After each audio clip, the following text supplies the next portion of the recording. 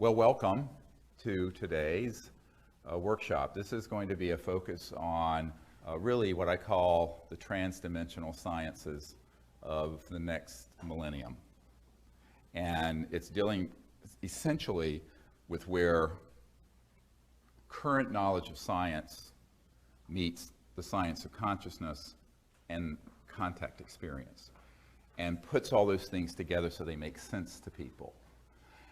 And that's a really big task, because what you find normally with this subject is that it goes as far as, do UFOs exist? And people then want to kick the tires on the UFOs. Well, first of all, if they had tires and that kind of landing gear, it means it's made by Lockheed Martin and my uncle's old company, Northrop Grumman, and it's an anti-gravity device.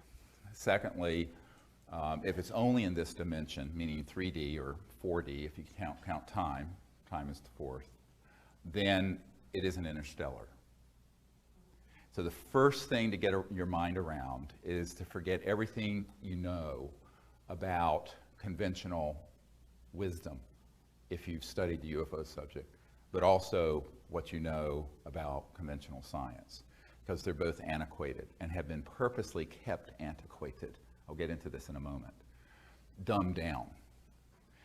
And what I want to do is share what I think you and the public need to know to understand what has been called the phenomenon, sort of this sort of meta-phenomenon of ET contact and UFO phenomenon that goes beyond just the fact that they're moving at 100,000 miles per hour and can make a right-hand turn without decelerating and not kill the pilots on board with 1,000 G-forces or whatever that would be, because that's all very interesting, but it kind of begs the question of, if they're interstellar, how'd they get here? And the fact that they're here a priori, they use something that's beyond even post-quantum physics. And this is a little bit like going back to Thomas Jefferson's era, which was only a couple of hundred years ago, and showing him this thing, a smartphone. And there'd be no foundation for understanding this. This would be metaphysical. So to the New Age people, they say, well, it's a metaphysical thing. Well, I said, well, what? What do you mean metaphysical? Metaphysical is just a term that people use when they don't quite understand the science of a phenomenon that's occurring. There is no metaphysical. It's all a level of consciousness of where you're coming from. So if you're an advanced civilization that's interstellar, by definition, you're transdimensional. So you're dropping out of linear space-time, and then you're reappearing at another point in space-time, but not in a straight line. And the comprehension of that requires a lot of humility on the part of humans, which we typically lack, but particularly scientists and theologians. We'll get to that a little bit later. There's people with spiritual understanding. Because the paradigm is one of where there is this nexus where what the physicist Goswami described as the self-aware universe comes together with post-quantum physics and way past spin theory and string theory, and where you begin to be very cognizant of the fact that these technologies that are interstellar are operating from a level of an understanding of the cosmos and reality that is one where consciousness and the mind is present at every level, even the 3D level, because it's the only thing that explains the phenomena and all the different manifestations. So I use this term TDIS, Transdimensional Interstellar, and so I just want to introduce that right off the bat. So TDIS is a term that I use for what we're dealing with when we look at the science of consciousness and the physics of how the spacecraft move, operate in our space, but also go from one star system to another. And of course, in the aerospace industry, they have more colorful terms for this.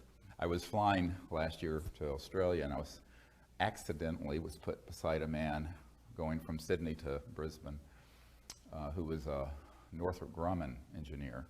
I said, oh, it's my uncle's old company. My uncle worked on the lunar module, the thing that landed on the moon with Neil Armstrong in it. And he says, oh yeah, that's really cool. And I said, yeah. You know, he was a young engineer.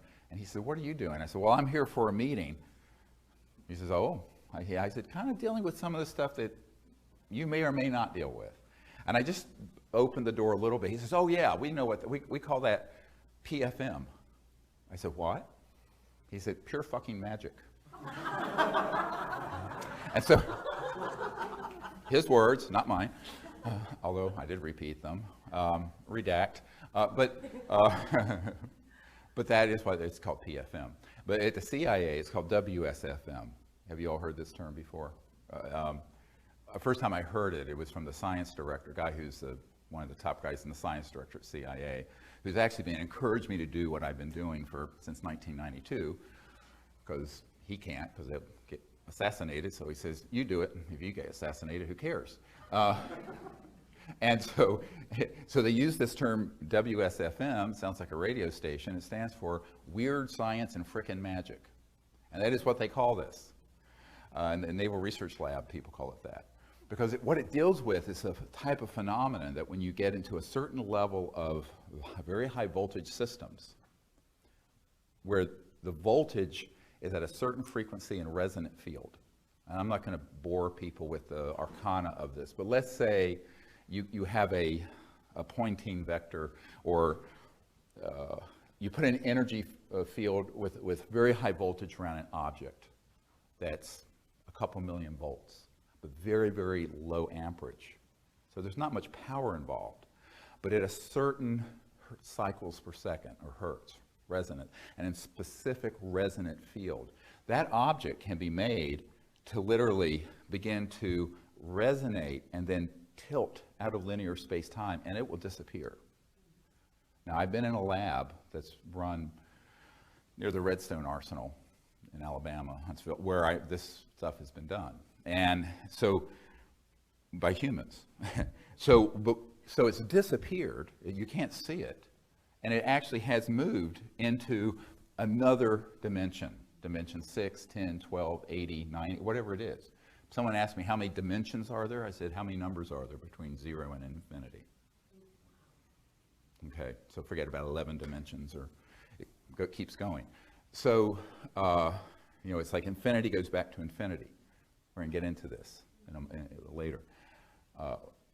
And so the science behind this has really been studied somewhat accidentally in the early days by Faraday, Maxwell, Tesla, and it was sort of an empiricist understanding.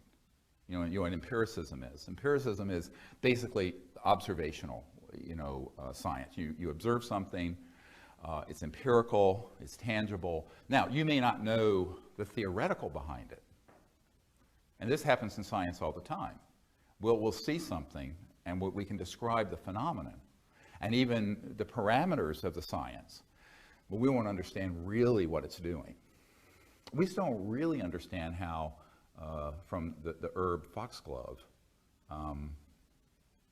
a digitoxin works to increase the contractile strength of the heart muscle. But it's been used for 100 years. And it wasn't until very recently they understood how aspirin worked, which was from the bark of a tree, is where you get aspirin from. They didn't understand how that really worked. And they still don't understand all of how it works, but you can use it and empirically see how it works. But the understanding unfolds over sometimes decades, centuries, millennia. So I'm going to be talking about areas of science that is through a glass dimly, and that there are certain phenomena that we can observe, but the actual full understanding of it is probably going to be unfolding over the next 1,000, 5,000, 500,000 years, the whole next cycle we're in. So that's I want to set the stage there. And the other part of setting the stage is the humility needed to sort of approaching a subject like this.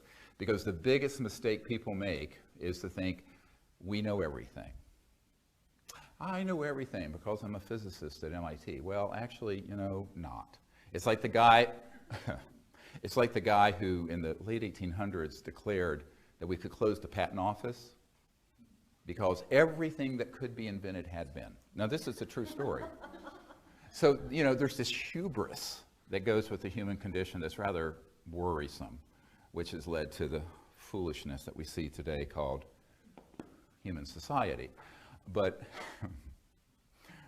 so to get past that foolish way of thinking, there has to be a very open mind and also willing to admit that we really don't understand but a tiny fraction of the cosmos around us.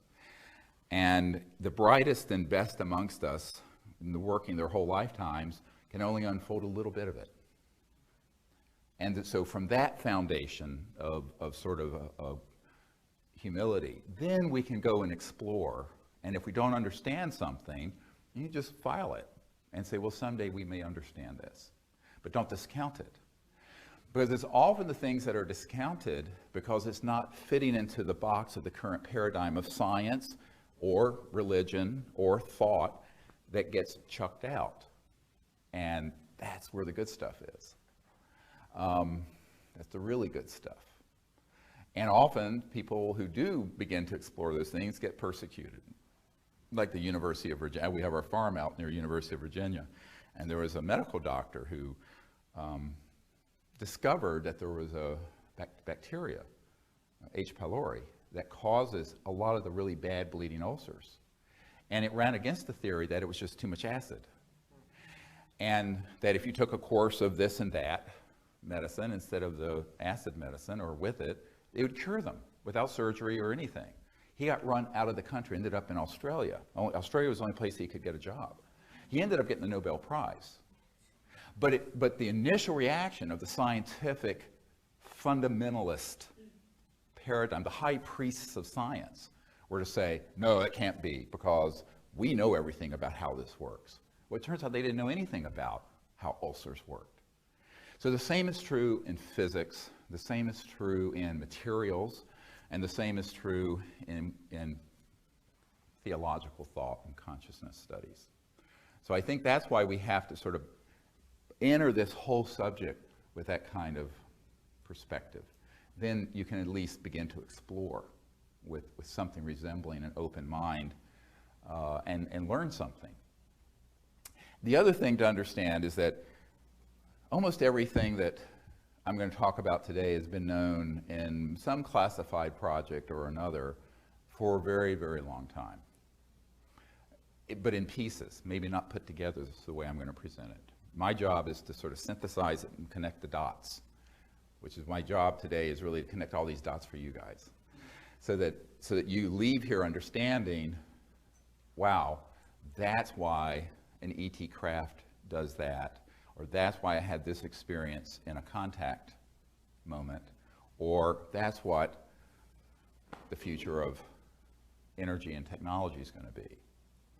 And a deep understanding. Now, what I will try to avoid is too much technical jargon, because this is not a group of physicists, but, and I'm just a country doctor from Virginia anyway, so we'll sort of avoid, that's my line when I've done things at the Pentagon.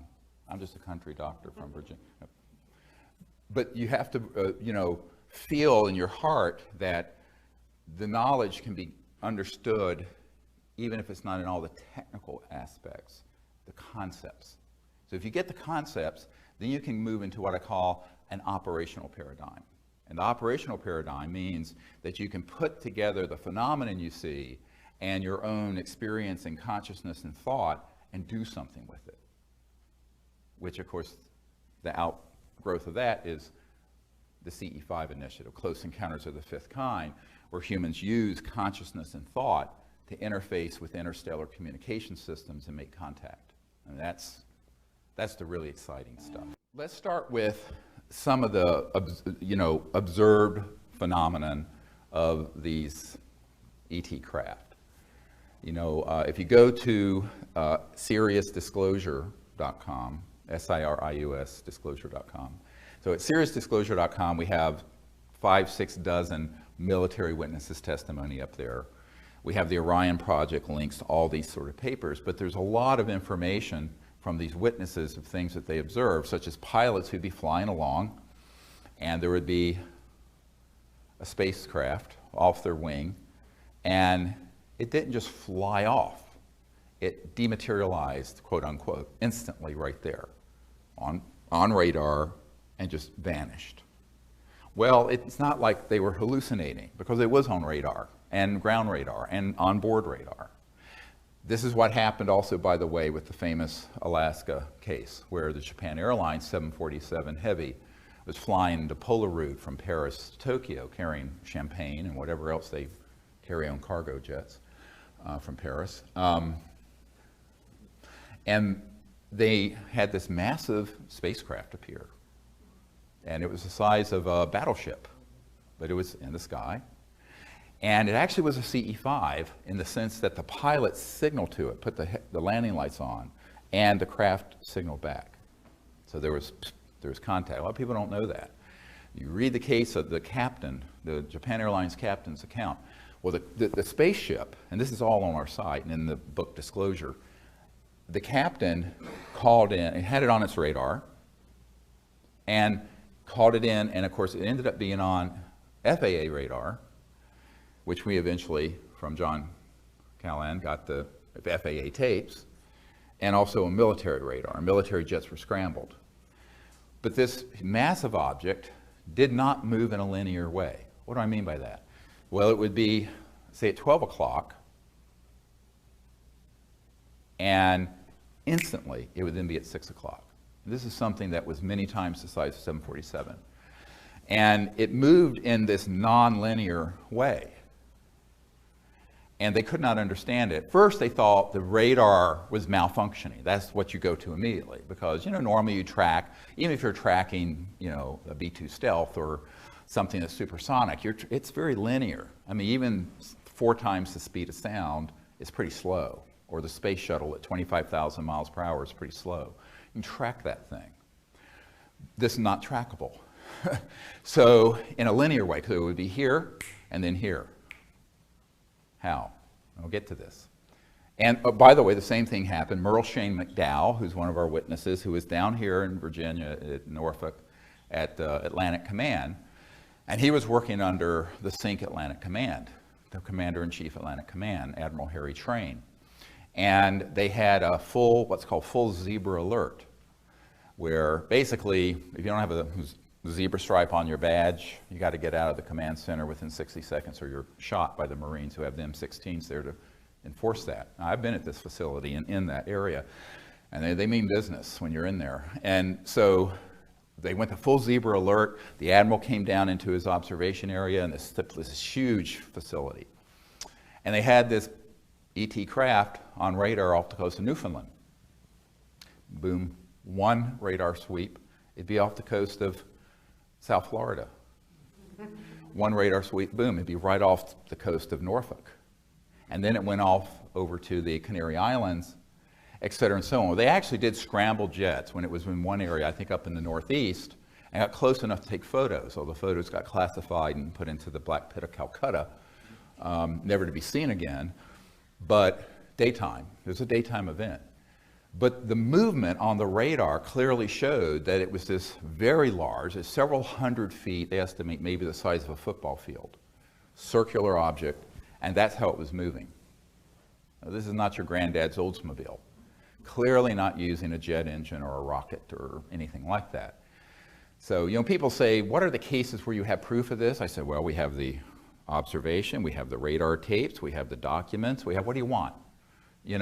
But what's behind the phenomenon is stop for a minute and say, how is it doing this? Well, it a little gets into what Einstein called the spooky effect. Everybody know what spooky effect is? Well, Einstein observed that a particle could be in 2 places at once, like that. The same thing. And so he couldn't really explain it, but he just called it spooky, the spooky effect. And I guess it was spooky if you were linear in your thinking and teleologic and Einsteinian. But it's not spooky when you think about it. The whole cosmos is actually non-local because it's conscious.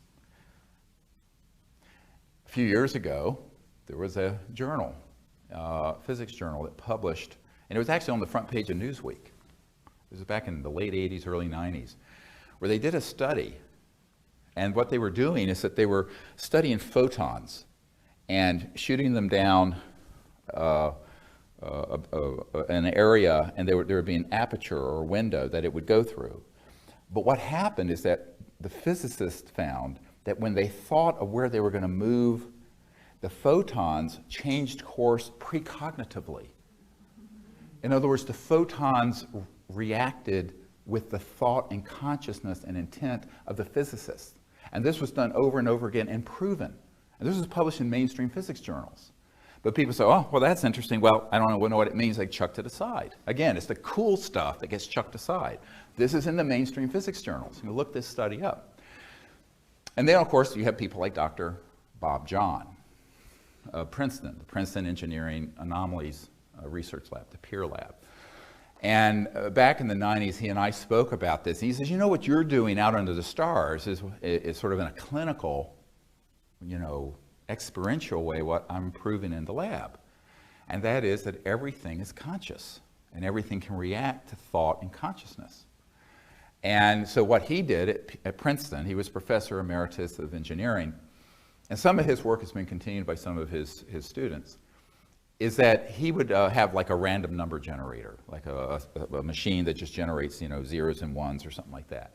And they'd have someone just sit, and it wasn't like this was some psychic or, somebody, it's just ordinary people, and they would put their intention on it that it would, instead of putting out zeros, would put out more ones. And sure enough, the bell curve distribution would shift. Or the other way. But what was really cool about it, he then found that if there were two people who were really connected to each other, loved each other, where there was a heart connection, and did it together, the effect was exponential, 10 times greater. So what is that? And this is a mechanical system. It's just a thing spitting out zero in the random number generator. And this has been proven over and over and over and over and over again. Now, there's no linear contact between the person's body, the physical 3D, 4D, and the machine. It's just purely thought, intending, and yet it affects it. What does this mean? Well, it means that everything is awake. Everything has within its structure an element of this non-local consciousness, mind that isn't bound to 3D space-time. And so non-locality is something that began to be talked about by physicists, and then there was a medical doctor, a man that I actually met once, and he wrote a wonderful book called Recovering the Soul.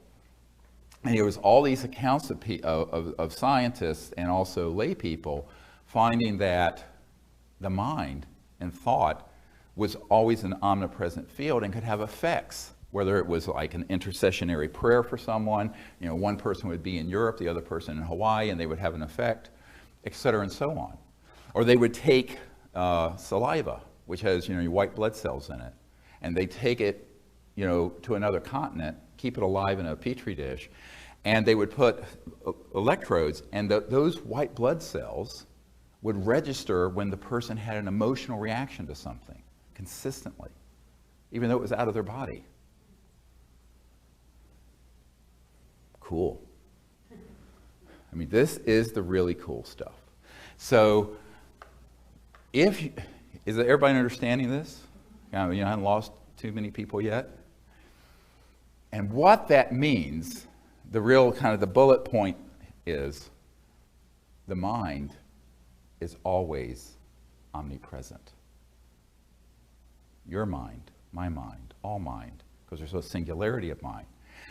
Erwin Schrödinger, the father of modern quantum mechanics, it was really particle wave theory back, I think it was 1908, said the total number of minds in the universe is one. That is, it's a singularity.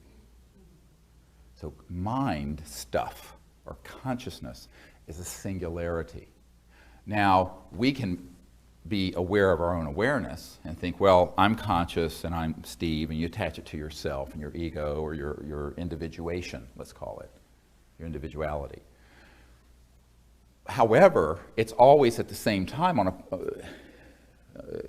without any effort, whether you know it or not, tied into this sort of omnipresent non-local field of consciousness, as it turns out, without effort.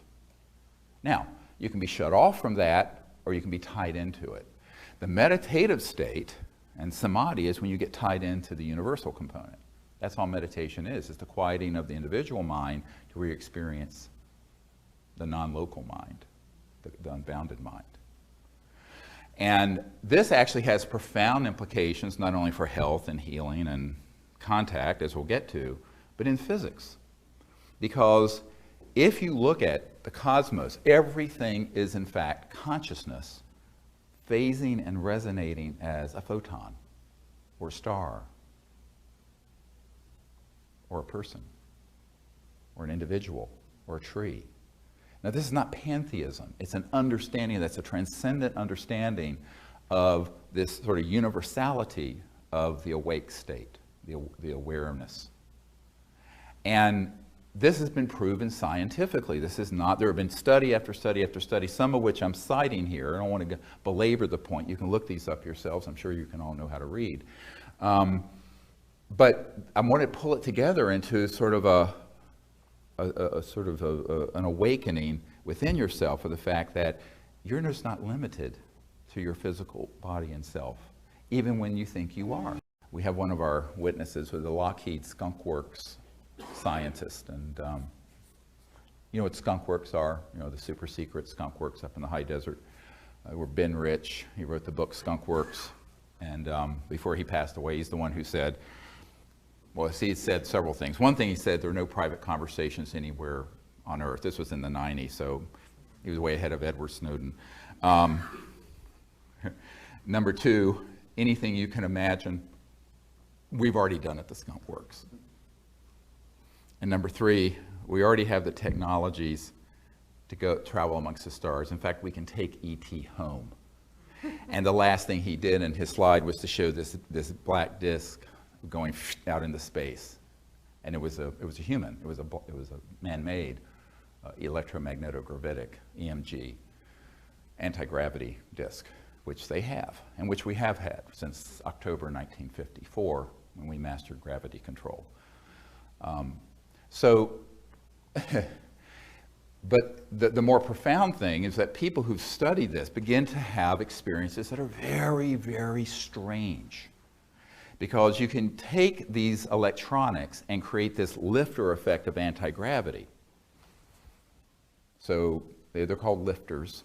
And the way it is done is that at a high enough voltage with a counter-rotating field, you can cause lift. And this is if you go all the way back to the experiments of T. Townsend Brown, who, of course, ended up being the guy at the starting of the RAND Corporation. His stuff went to the Air Force, went black. Or the Klossky-Frost experiment in late 20s in Germany. They were doing things with crystalline structures, and they would create a high voltage field around them, and found that, especially with crystals, they would kind of begin to resonate and expand, grow, or take up more space, and then they'd float and lift. 1920, I mean, before any of us were, I suspect before any of us were alive. I don't think there's anyone here who was alive in the 28 and 29 time period. Not even I. But, so we have this amazing heritage that unfortunately has been confiscated into covert programs. But the people that I've dealt with, I now have over 500 people I've met with, like the guys at Lockheed Skunk Works and Northrop and the agencies, three-letter agencies, who've shared this with me. And the senior scientist here in the Naval Research Labs in DC, which is the largest Department of Defense lab, was in, quote, the vault and saw the documents that October 1954 is when we completed all the studies for gravity control. So we haven't needed rockets, jets, cars, trains, buses, trucks, ships on the ocean using combustible fuels or nuclear power since October 1954. Now, it was being studied before then for a couple decades, but it was mastered. That's when they mastered gravity control. And what a shame it is. You look at the world, and we're destroying the world geopolitically and environmentally and every other way because of this secrecy. And the secrecy is something that I understand but do not agree with. You have to understand it. You don't have to agree with it. And I understand it in a compassionate way. I mean, I talked to the colonel who was in charge of future technologies for the Air Force, a euphemism for not future, things we already have. It's always a double speak when you deal with the military. So this guy knew about this, and he said, you know, those things can be weaponized. I said, yes, you already have. They're already weaponized. I said, I can't tell you how many patients I took care of in the emergency department who were killed with knives, steak knives, butter knives. You can kill everything. I said, everything can be weaponized. The question is, do we let human society terminate fighting over the last barrel of oil and destroying the biosphere, or do we find a way to live together peacefully in an enforceable peace? Maybe it may be the peace of the chained dogs initially, because there are always going to be madmen out there, but allow these sciences to come out so we don't cannibalize the earth. Because we're 100 years into a period when everything I'm telling you should have been known and out, at least in terms of the theoretical physics. The applied free energy materials should have been out by the turn of the last century, early 1900s, and the electromagnetogravitics 40s and 50s, which of course Werner von Braun was working on with Adolf Hitler in Germany. That was their secret weapon. We were doing the atomic bomb, they were doing anti-gravity. But we have this period in our history right now where we've sort of gone past the red line of disclosure, where we should have had these things disclosed and put into peaceful application before I was born, because I was born in 1955. So I think that when we look at this, we have to say, you know, it's a little bit like Gloria Steinem when she used to say, the truth will set you free, but first it will piss you off. Love it. Love it, love it, love it. But we're at this point, we're going to have to decide to make these changes, but first we have to understand what we're dealing with here. And we really have to begin to understand the power of the conscious mind and these technologies and how they come together. Because when we're out there making contact with these civilizations, we're actually pulling together amazing science and technology, even though you may not fully understand, but the things that are happening are amazing. And therefore the phenomena that can happen are amazing. And that's why you need this understanding, this scientific and intellectual understanding to understand the experience you will have or may have already had and didn't understand what happened when you had it. Like when you had that at the Outer Banks. That's why the men who've worked in these projects and some of the women, like this guy at the Lockheed Skunk Works, he knew about some of this, but not all of it. He knew more about just the more mainline anti-gravity stuff, or electromagnetogravitic, because that's the proper term. Anti-gravity, sort of a pop culture term. It's incorrect.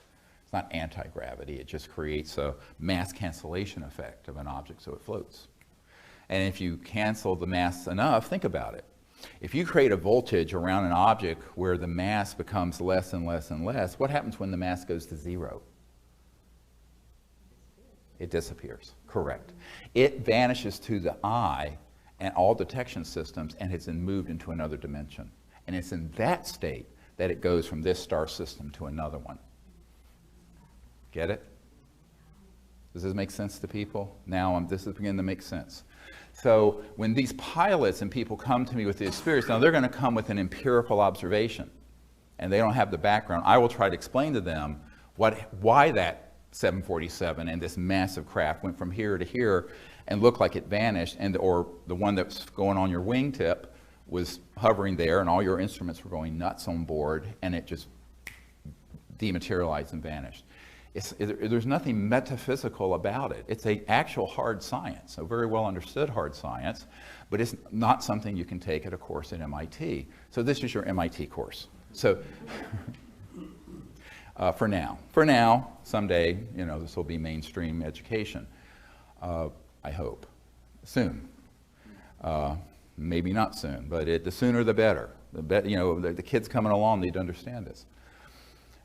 This particular scientist, getting back to his experience, the reason he called me up was not to tell me about the time he was operating a radar system and an ET craft came in and did all this amazing stuff, which is in the disclosure book. It was that he had an experience that he didn't understand, a personal experience. This is why a lot of these guys end up getting in touch with me. It's very funny. And I'll go, okay. So I'm on the phone. I think he heard me on a radio show or something, and so he says, well, Doc, I was practicing a meditation discipline back in the 60s called Rosicrucians or something like that. Yeah, the Rosicrucian. And he was trying to learn how to, what they call astrally project, where your body of light and consciousness sort of lifts up out of your physical body and flies around, like a lucid flying dream, but sort of on command instead of accidentally. And I said, oh, cool. You ever have any success with that? He says, yes, let me tell you. And he says, but it has to do with this issue. I said, oh, really? And so he said, well, I was there and I was trying too hard. He wasn't relaxing deeply enough. And so his teacher one day said, look, you know how to do this. You just need to let go and let it happen. And I guess the right thing was said to him, so he was able to do it. So he lay down on his bed and he was doing whatever technique they use. I've never taken that course, but he went out of his body, lifted up, and initially just kind of lifted up, and then he got so excited, he went right up through the roof, the ceiling of the house, and into the sky and into the atmosphere, and then slammed into the side of an extraterrestrial vehicle. Now, he's fully lucid awake. And he said that the ETs on board, which were around 4 or 5 feet tall and very thin, no hair, were at some control, and they were observing. And they were hovering in the atmosphere, but not visible to the eye because they were shifted into this other dimension. And when he hit the spacecraft, the craft moved, but it was not his physical body, it was his astral body. The body of light that you fly around in. And he says, I don't understand how an interstellar vehicle, because he knew they existed, could be affected. I said, because it had shifted its resonant frequency beyond the crossing point of light, the speed of light and matter and electrons, into a dimension that is closely approximates the astral body field, that energy field that the mystics called astral. And since it was of a similar density to your own, it could interface with it. The funniest part of the story, after he said, oh, I've wondered my whole life how that could have happened. He popped inside and they looked at him like, my God, why don't you watch where you're going?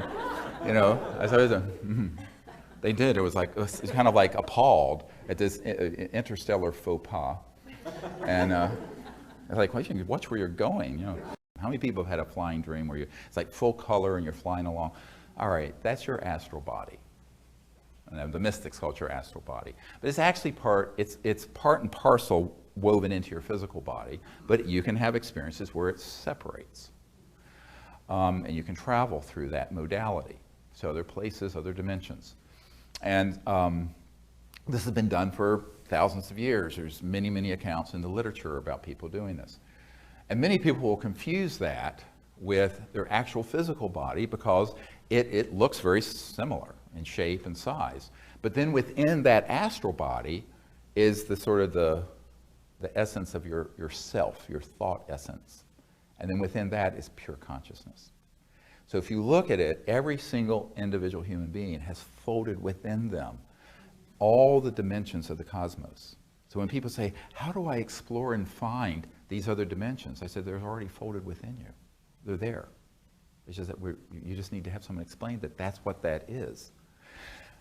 So anyway, so this this Skunk Works guy, the Lockheed Skunk Works, was very happy to finally figure out what happened. But then we had this discussion, and I said, you know, this has really profound implications for you understanding what's going on at Dreamland MOC. And you know what Dreamland MOC is?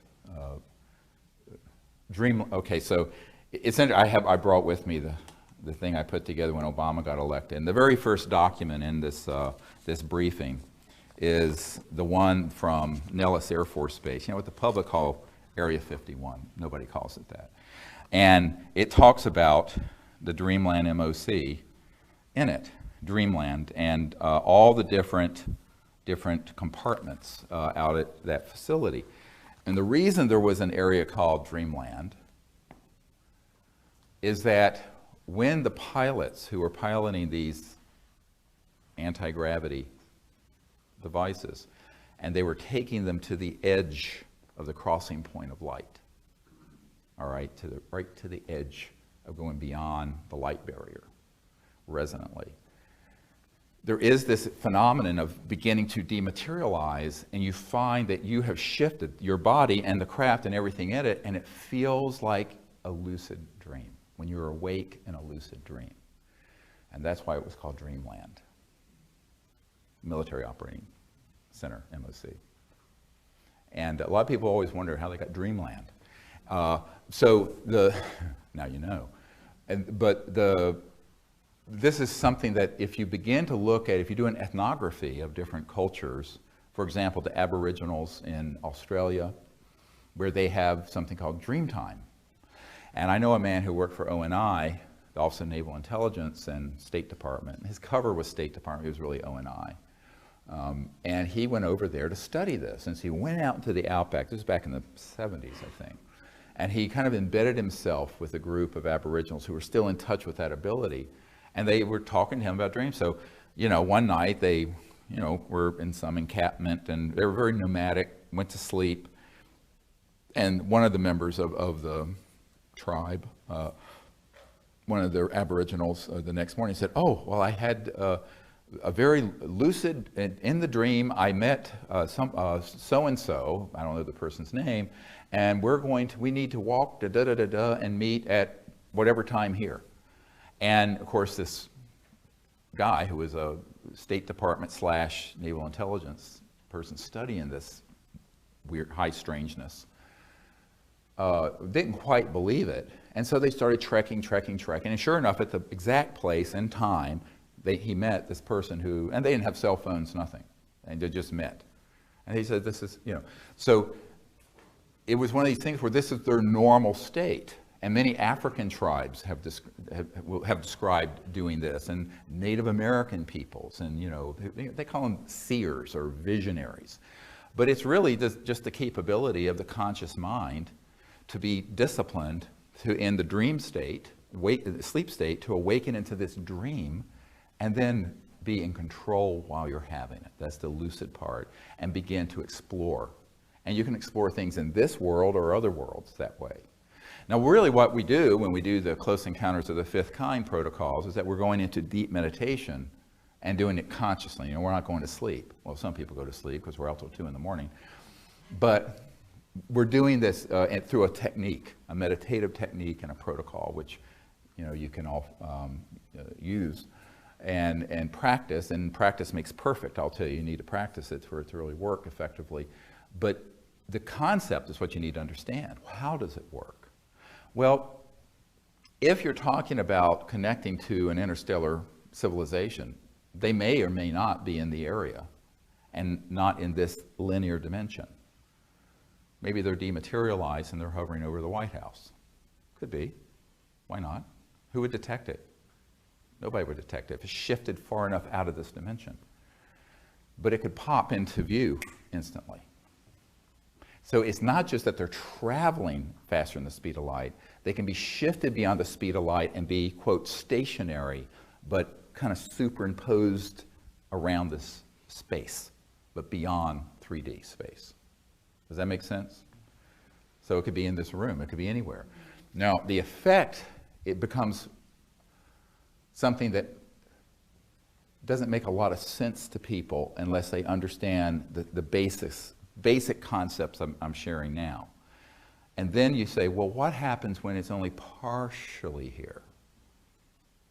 So let's say there's a spacecraft and it's not quite 3D, but it's near, but it's shifting, it's bumping up against the fabric of space-time. Well, this is where you get all kinds of epiphenomenon, all kinds of other phenomena, such as electromagnetic signals coming through our systems that we detect, a sphere that floats right by us out in the desert, which happened at Joshua Tree a few years ago, stopped and we heard 4 voices speaking in the desert in clear air, empty. We had night scopes. And then all of a sudden we took a photograph and here's this extraterrestrial we call Bijou, who's from the Andromeda galaxy, who's there waving. It's on the website, okay? That's how that happened. But it actually, so the understanding of this, it's really key to going out and doing the contact protocols, because you're using consciousness, but you're also using thought and electromagnetic systems, and all of this is coming together in a nexus. And there can be all degrees of the manifestation or how something materializes. It can be 3D, where you really would bump into it solid, or it may look like it's 3D, but you could walk right through it.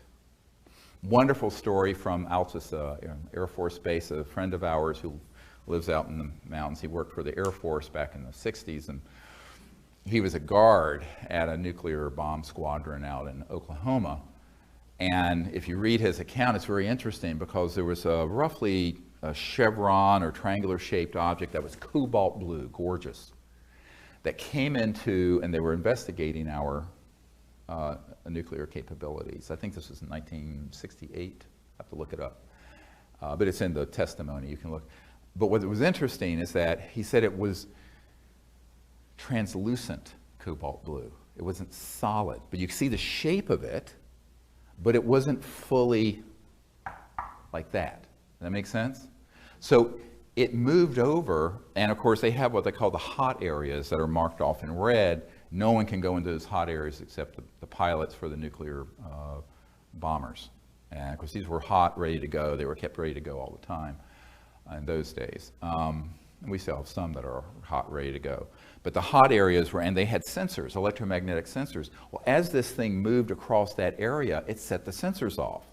So even though it wasn't 3D, totally physical, visually you could see this outline of this cobalt blue ship. And it was enough in this dimension to put off electromagnetic fields that the electronic sensors went off, which ended up being a disaster because they went to a full alert and had to scramble those jets and move them off the base, which is what happened. But the craft was never 3D, fully 3D. Does this make sense?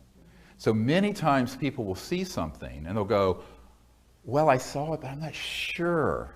And in fact, that's how this guy approached me. I'm not sure what and I said, well, just describe it. Don't editorialize it.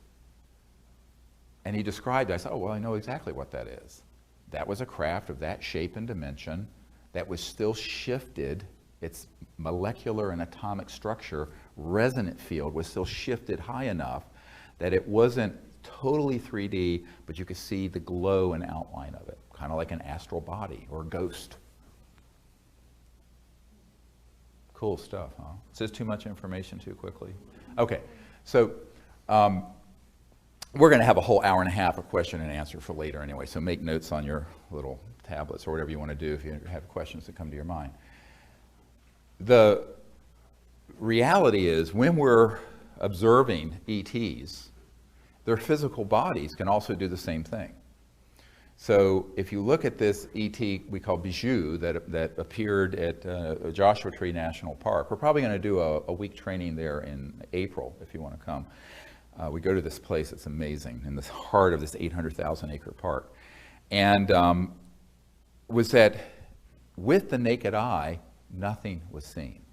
Now, the ears could hear 4 ETs speaking. I don't know what language they were speaking. Andromedan? I don't know. But when the person took the photo, Raven, a member of our team, took the photo, she just held her breath and had it open for 3 or 4 seconds, and here is this glowing field of energy, and this being standing there, turned like this, waving at us. And on the top of his head, if you look very carefully, is what looks like a yarmulke. It's not. I don't think he's Jewish. It might be. He was a rabbi from Andromeda. No. But it's this thick. It's about this. It looks about that thick, and it's a white, and it's basically a teleportation assisting device. So it holds that field. So their physical body can phase in and out of 3D or 5D, 10D, whatever, resonantly shifting. Make sense? I'm looking around to see if I've lost everyone yet. Because understanding all of this, I'm trying to give examples of things that are really big lessons to understand when you're going to go out into the stars with your team in Largo or wherever, or California, or wherever you're from. Now, the other more fascinating part of this is that interstellar civilizations utilize what I call coherent thought emanating from a deep level of quiet mind that's very directional, very specific, the way we would utilize a laser and a laser disc, or a fiber optic system with lasers, or a laser tracking system. There's a really hilarious story I like to share about meeting with the CIA director for Bill Clinton out here at a dinner party some years ago, about 20 years ago. And of course, the interest was policy. Why the hell why the hell isn't the president being told what's going on? Why are they lying to us? I'm the CIA director and I don't know nothing about this. And so we got through all that. And then we got into more of a relax. It was almost 3 hours we were together. My wife was with me. And the wife of the CIA director was the chief operating officer of the National Academy of Sciences over here. So she had a really scientific mind, whereas the CIA director was more policy, secrecy, policy, all that, and basically upset and mad because they had looked into the issue and knew they were being lied to, which is what, of course, the whole Clinton team knew that, and so did Jimmy Carter. Jimmy Carter famously said, "I didn't have a high enough security clearance to be told about this," even though he had had a sighting as governor of Georgia. But so she basically said, "Well, I don't understand. How could they be communicating from one star system? Let's say they're from a star system way out there, and they're trying to communicate with a craft that's here, one of these UFOs that's here. How could they possibly do that? Because the electromagnetic field is the speed of light. That's what your cell phone is. Radios, 186,000 miles per second, speed of light." And I said, "Yes, I know, the speed of light is just too damn slow, isn't it?" I said, "Well, they're not. They're using a phased electromagnetic system that goes beyond the crossing point of light." And by the way, the chief scientists in Naval Research Lab said they have done experiments at NRL here that have done signals beyond the speed of light, but it is classified. He sat in my condo here and told me this word for word. Number 3 at the whole lab. Sits in on meetings with the vice president. I mean, I know this guy stayed at our home. This is real. So, but she didn't know about this because she was an administrator at the National Academy of Sciences. And I said, "Well, my first thought was if I tell her the truth about this, she's going to think I'm a crank and a kook. And, I'm a young doctor. I'm only 35 or something. And I have 4 children I got to put through college. I said, I'm going to ruin myself if I tell her the truth." And, but I thought, well, she asked me the question and I owe her an honest answer. And so I said, "Look, you've asked, but bear me out." I said, let's take our Milky Way galaxy. The Milky Way galaxy is 100,000 light years across. So this, if a beam of light went across at 186,000 miles every second, it would take 100,000 years to reach the other side. That's just our galaxy. And in our galaxy is about 100 billion star systems. Same number of star systems that there are neurons in our brain. Cool, huh? Interesting coincidence. And let's just say there's a civilization that is 1,000 light years from here. A light year is a distance, not time measurement, a distance measurement. It's the distance light goes at 186,000 miles a second in a year. So let's say it's 1,000 light years from here, which is 1% of the way across the Milky Way galaxy, which means it's in our neighborhood, because we're not even intergalactic now. At the speed of light of your cell phone, a radio wave, a TV signal, a fiber optic, it's going to take 1,000 years for the signal to get from that home planet to their starship that's in our solar system, and another 1,000 years for the starship to say, hi, got your message, how are you doing today, to go back. It's the time since the birth of Christ, so to say hello and goodbye. It's not a functional paradigm.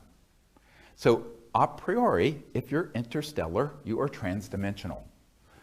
And what does that mean? It means that your communication gear, as well as your transportation gear, is dropping out of linear space-time in a non-locality, a field of non-locality.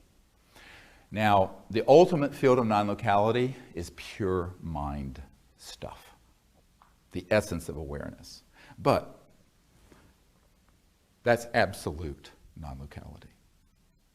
But between the absolute field of non-local, pure, undifferentiated consciousness and 3D are countless numbers of gradations of relative non-locality. And they may not be instant, but they're pretty damn fast, and they're certainly faster than the speed of light. Is this making sense to people? Okay, stay with me. So this means that they have electronic devices that are, when they're fully materialized 3D, have electronics that can pick up on directed thought and transmit directed thought. And I'll never forget Dr. Robert Woods, who is one of our witnesses from McDonnell Douglas, telling me a story, old man McDonald. I know this from two sources, Lawrence Rockefeller, who was very interested in all this, and who funded the original Project Starlight effort. The AP had this whole release of Project Starlight documents from the Clinton Library. It was a big scandal a couple years ago when we were putting all this stuff together, and Lawrence Rockefeller was involved, and his lawyer, Henry Diamond, and all these big folks, and I was putting together all this stuff. But he funded the first gathering of witnesses at Silomar near Monterey in California in 1995. We had KGB people there, and cosmonauts and astronauts and everybody. And what was interesting is that this whole group of people kind of understood this area of thought and consciousness, but not too technically. And what we discovered was that through going back, this was I believe in the mid-60s, McDonnell Douglas was very interested in this. And old man McDonald himself was like, oh, I've got to know about this. So Dr. Woods, who is a very renowned aerospace guy, was sent to research all this stuff. Anti-gravity, UFO sightings, all this stuff. And he came back with this amazing case of a very high caliber case, where I think it was in the Baja California, where a craft had materialized, and this was back before we had systems to track them so well and hit them with electromagnetic weapons, which is what's happening today. We'll get to that. And this little being came out, and it had like a little black box thing here. And it was obviously the communication device. And the people who had the encounter said that basically the ET was communicating directly into their neural cortex, and maybe auditory cortex, with this thing in thought. And that when they would think back to the being, they wouldn't have to speak, he would understand it and receive it. And so it was if you will, a thought transponder instead of a radio transponder. And now, this sounds like science fiction, but it isn't. It's the only thing that can explain how you're going to scientifically and reliably be able to have a communication system that is from one star system or galaxy to another in real time. Again, spooky effect, two things at once, boom, boom. So you're dropping out of the linear barrier of space. And it's basically space is obliterated, if you wish, to look at it that way, so that it's all right here. You can be a billion light years away and it's still right here because of the non-local effect of consciousness and understanding that other aspects of reality have a conscious component, including photons, electrons, and electromagnetic signals. There's a carrier wave of thought stuff, consciousness stuff, even within an electromagnetic signal. Get it? That's why the CE5 initiatives actually do work. And when I explained some of this, finally the wife of the CI director said, "Oh, I thought it had to be something like that." What was her response? I said, "Yeah, of course, you're a smart lady. I mean, it makes sense." Now, in polite company, polite scientific company, one's not allowed to talk about these things because it's forbidden. This is like my book, Hidden Truth, Forbidden Knowledge, that the film series was based on. These are things you're just not allowed to talk about because it's so paradigm busting scientifically and even theologically, because it begins to explain a lot of, quote, mystical experiences people have had that become a catechism or get misinterpreted through the millennia. But ultimately, if we want to seek the truth, let's find the truth and forget our dogma. I love that saying, my karma ran over my dogma, or something like that.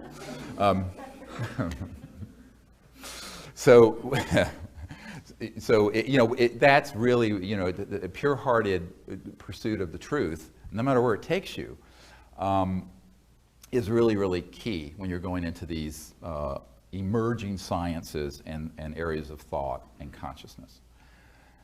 This then brings us to the numbers of people who have observed these kinds of phenomenon in the mainstream, where they will have an object, a sphere, appear, and then inside the sphere, floating into their house, are these little beings in the sphere, communicating in their thought.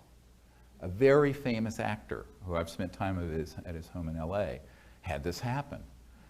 Didn't think any of this was true. And then, of course, he found out who I was, bought all the books, and he said, "Oh my God, that's why this happened." Because he read the first book that I wrote, Extraterrestrial Contact, The Evidence and Implications. It came out in '99. Most people don't get to that book. It's really probably the most important one. And what was fascinating is that he said, "Now I understand it." So he contacted me, and I went to his home, and we were sitting where this happened, and then went out on his balcony, which overlooked Silver Lake Reservoir there in LA. And he's up in the hills. And here comes this object, comes straight down out of space, a yellow golden object, comes down, goes, and goes in front of a cloud, and then dematerializes. He goes, "Oh, did you see that?" I go, "Yeah." I said, "They know we're talking. I'm sure these are the same people who came into your house." Wonderful, lovely. So I think that a lot of people have had these experiences, but they don't have the understanding. My hope for this gathering today, but also the video that we'll put out, is that people will begin to connect these dots and make some sense of these experiences, where in the early days when I started looking into this, I found there were many, many accounts where people would see a craft, or maybe it's not fully materialized, maybe it's just a sphere, and they'll think something and it'll react to the thought. And people are, "How is it doing that?" It was reading my mind. Well, I mean, it's not Kreskin reading your mind. There is a science of what I call coherent thought receivers and transmissions that can take place between transdimensional interstellar capable civilizations and humans. Now, we may not understand all the science, and I can't say I can go to a laboratory and build one of these things, because I can't hook up my DVD player. Emily has to do that. I'm useless for that kind of thing. You know, he's like, nurse, or Emily, help. You know, but defibrillators great, and respirators and other stuff. No, computers, hurl them through the window. I'm all thumbs. But, you know, we can understand it. So then, from an experiential point of view, from that paradigm, we can say, oh, I understand now how it is contact can be initiated, but also if it spontaneously begins to happen, how it begins to unfold, and why it can be both physical and in thought and electronic, and then in these other phenomenon. I call it the epiphenomenon that happens, all the different manifestations of contact. We're sitting out in the desert in the middle of an 800,000 acre park. There are no police around, there's no microwaves, there are no McDonald's, there are no big microwave ovens, and we have magnetic field meters and radar detectors and other things that aren't expensive, but that we have in our toolkit. And we're sitting there, and we'll see an object. It'll look like a flash bulb going off in space. It's just an object that turns on and turns off. And sometimes it'll move and turn on and turn off. And one time we had like 15 of them that were right above us doing this that we filmed. This actor actually came out with us near Palm Springs, and we did this. And then the detectors start talking. But they're making sounds that the people, if you contact the people who manufacture it, the factory, go, these don't make these sounds. And they're actually doing transdimensional communication through the electronics. So forget the Arecibo telescopes and the SETI project spending hundreds of millions of dollars. You can go to Radio Shack, get a radar detector, a magnetic field meter, tri-field meter, and a couple other things, put that out, sit in meditative state, and then welcome them to come, and all kinds of things can start happening. And what is it? How do you interpret that, though? It becomes very intuitive. Because, and what we have found with some of our equipment, certain things will make certain tones. Like we have one radar detector we call Walter, because a man named Walter gave it to us. And it will do a certain type of beeping. It'll go beep, beep, beep 3 times, and only 3 times. Doesn't make the sound like you would with a cop car or a radar gun. Just when an object is about to appear. And then within moments, there'll be a sighting of an ET object. It'll beep, beep, beep, and it means we are here. So you get into this flow, and they actually do what I call a transdimensional entrainment of the circuitry of your device. It gets customized after a period of weeks and months, years. And they really will communicate in ways that are quite mysterious, quite bizarre. People who come on these whole week thing expeditions with me, they go, what the hell is going on? I said, well, just listen and interpret for yourself. But there is a pattern to it that evolves. So you have objects that can materialize, objects that can be quasi-materialized, that are like the cobalt blue object at that Air Force Base. You can have spherical objects that will have the entities in them. You can have an object that appears and then dematerializes, and then all you hear is some voices speaking. You take a photograph, and there's this guy waving at you. This is why it's WSFM. Weird science and frickin' magic. And everyone is oriented towards very materialistic, linear, early 21st century manifestations, because that's what we want. And I'm saying, what a mistake. That's a huge mistake. Because what they're really wanting us to do is to understand their universe, their cosmos, and go partially into that. Because it's edifying. That's how you learn. You don't learn by having everything spoon-fed you at the level that you're already operating. Does this make sense? A hard lesson, because people are lazy. And humans tend to be kind of slovenly, mentally. It was the Yogananda that said it's the lack of spiritual adventuresomeness that keeps humanity back. So there's a sense of adventuresomeness. and exploration. And these civilizations understand that we need to be kind of willing to step, while we're in this planet and in this dimension, step partially into their understanding of what it's like on their planet, where using thought to interface with an electronic device is as common a thing as we would be texting someone with our cell phones. But remember, a few hundred years ago in Salem, Massachusetts, if you had a smartphone, you'd be burned at the stake as a witch. It'd be witchcraft. It'd be magic. So that's why, you know, if we're really looking at this, and instead of looking backward, if we want to look forward into where our civilization's headed, we need to take these lessons to heart and begin to practice it within that paradigm. And that's what we're encouraging people to do through these CE5, Close Encounters of the Fifth Kind teams. Very, very exciting, because as you begin there, we have an app that's at the app stores. It's for both iPhones and also Google, that you can get that has the whole meditation technique. It'll actually turn your phone into a magnetic field meter. It does all this stuff. It's a whole course. It's a huge file. You have to use your computer to download it. It's so big.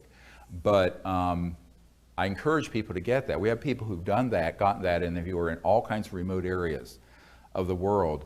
And now that's separate from the app, the free app that lets you network with people in your area. That's the ET Contact Networking app. This is the training app. And but it's only like $6.99, and it has like a zillion things in there. And I encourage people to get that, because if you can't come on a whole week expedition with me, and those are limited to 20 people, so let's face it, not many people can, but you can get that, practice it, find some people in your area, and go out and begin to do it. And when you go out and begin to practice it, then you realize, wow, this works. And we've heard from so many people go out and try it, and they go, we had an amazing object, we had amazing sighting, we had this thing come right into the field with us. And the reason it works is that it's so simple, because the simplicity of it, even though what I'm giving you is more of a deeper theoretical and physics understanding of it, everyone's conscious, right? Well, unless you're in a coma. And everyone can think. And so if you are sentient, if you have the ability to be aware and awake, you can become aware of awareness. And in that self-aware state, you can go into the silence of deep, quiet mind. And in that state, begin to remote view and see distant places, including where the ET craft are. And they may be under the ground underneath you. They may be transposed in the air around you. They may be on the far side of Saturn. Doesn't matter where they are, because there's no limitation in space when you go into thought consciousness that goes beyond space-time. So that's where the meditative state is so key.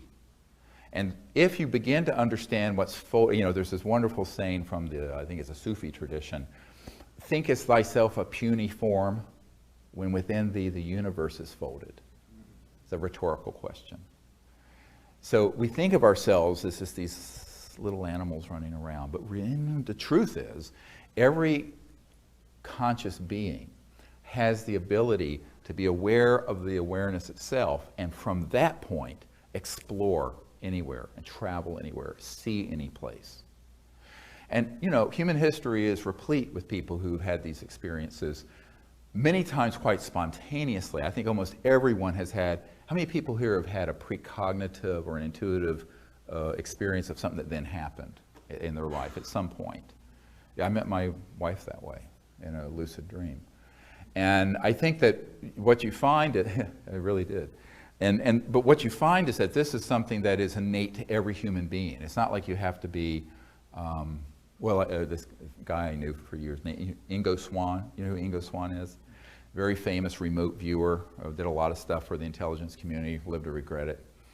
But I was at his home up in New York some years ago, and just a wonderful man, brilliant. And he did a lot of work with SRI, Stanford Research International, and DARPA, and Army Intelligence and CIA. And they were experimenting and training people during the Cold War to be able to use consciousness to spy on the Soviet Union. And the Soviet Union was doing the same thing. And everyone in the intelligence community at a certain clearance level knows about this, by the way. This is nothing, all that secret. It's hidden in plain sight. But what was interesting to me was that, he regretted that he ended up being used that way eventually. But what he and I would talk about together is the fact that every single human being has the ability to do this. They just don't do anything to help develop it.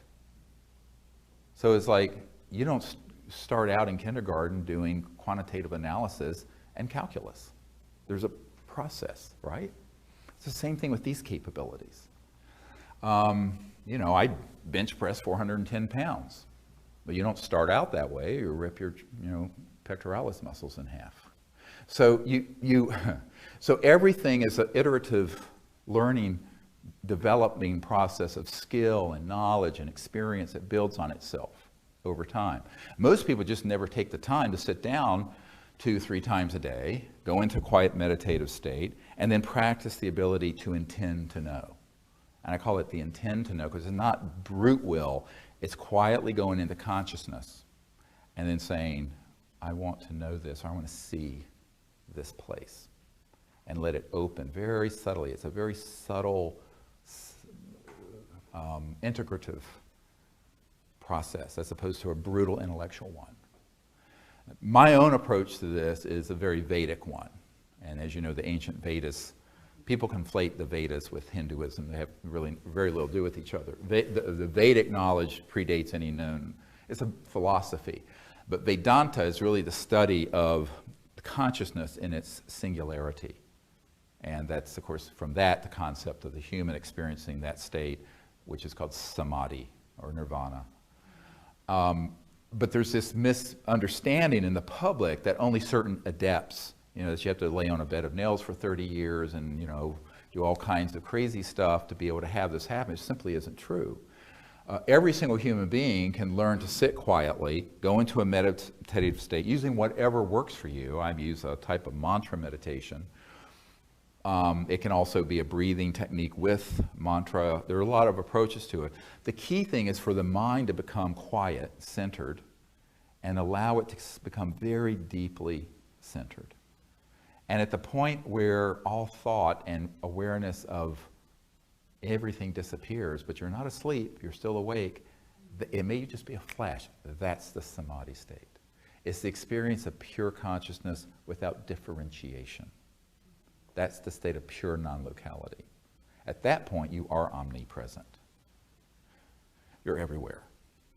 And it is at that point that if you begin to practice and experience that, you can stay very steady state in your awareness and then intend, while still being very quiet, to see or know something that's remote, like where a starship is, or what's going on at home in your kitchen. In my misspent youth, instead of doing drugs and chasing skirts, I was spending 8 hours a day meditating, doing Vedanta, when I was in my late teens and early 20s. And I had some experiences that taught me that this was really easy to do, because I just said, I want to learn how to do this. And I notwithstanding the fact I was raised a very devout atheist. I mean, we're the catechisms of atheism. Didn't fit in a test tube, didn't exist, end of discussion. But at the most, agnosticism. But after my near-death experience, when I was 17, I had an experience of that state of mind. It was beautiful. It was this supernal state. I'll never forget it. And I said, well, I really want to learn how to arrive at that state of deep peace and quiet and oneness, if you want to call it that, a sort of universal oneness, without having to die or have something terrible happen to me, which is what happened, and then have a near-death experience. So I did. So I learned meditation, and it was very comical because here I am. It was on my 18th birthday, and I only tell this story not in any self-aggrandizing way, but just to give you a sort of a sense of how people and train themselves to make things difficult when they shouldn't. So I didn't know that it was supposed to be so easy. I didn't know that it was supposed to be so hard. So I accepted it was natural and easy. So my teacher did the whole thing, and he initiated me, and I sat down, and I immediately went into this deep, deep, deep meditation, and I transcended into samadhi. And afterwards, he was looking at me sort of appalled. He says, "You transcended, didn't you?" I said, "Isn't that what we were supposed to do?" And I didn't know that I was supposed to make this big gashrai about it, and make this big deal and have to waste 30 years doing something that you can do in 30 minutes. So that's another lesson. You need to sort of affirm to yourself, A, this can be done, and B, you can do it. If you think you can't do it, you won't. But if you say, of course, I'm awake now, why can't I close my eyes, or even with my eyes open eventually, be able to be in touch with the mind that is this omnipresent field? What Ernst Schrödinger said, the total number of minds in the universe is one. It's a singularity. So if you affirm to yourself you can do it, you will be able to do it. If you sit there with the little gremlin on your ego shoulder saying, I can't do it, I won't do it, I'm not Ingo Swann, I'm not the, blah, blah, blah, poor me. Well, you're not. It's like, a doctor trying to put a chest tube in. If I have to put a chest tube in here because he's just been run over by a Mack truck and he's got a hemothorax, and I'm going, I can't do this. Well, I'm not going to do it. I'm going to lacerate all the nerves in his whatever before I get into where I need to be. So there's a certain amount where you have to give yourself a break and say, I can do this because I'm awake. And go back to some experience in your life that's been intuitive, or some experience in your life where you've experienced a lucid dream and then the next day it happened, and begin to recall these experiences where you go, I do have this aspect of the mind within me that is omnipresent. And I can go to that place and use it for good, and to see things in real time that are going on now at distant places, but also I can see things into the future, or if I need to, into the past. Why? Because consciousness transcends not only linearity of space, it transcends the flow of time. And that solves the mystery of the precognitive lucid dream. Now I'm a quarter Cherokee, my grandmother was Cherokee Indian, and their tradition is a big tradition of lucid precognitive dreaming, like at the Hopi, which I just learned actually were the people who, the Anasazi who disappeared, became the Hopi. And they would have these experiences of precognitively seeing the future in the dream state and in vision quests. And what you find is that that's something you can do also. Most of the very important close encounters of the fifth kind, where we were going to set out on an expedition to a foreign country or someplace a week before it would happen. Sometimes more than one of the people I was going to travel with would have a dream of an event that would happen and where the place looked like, even though it was a place we'd never been.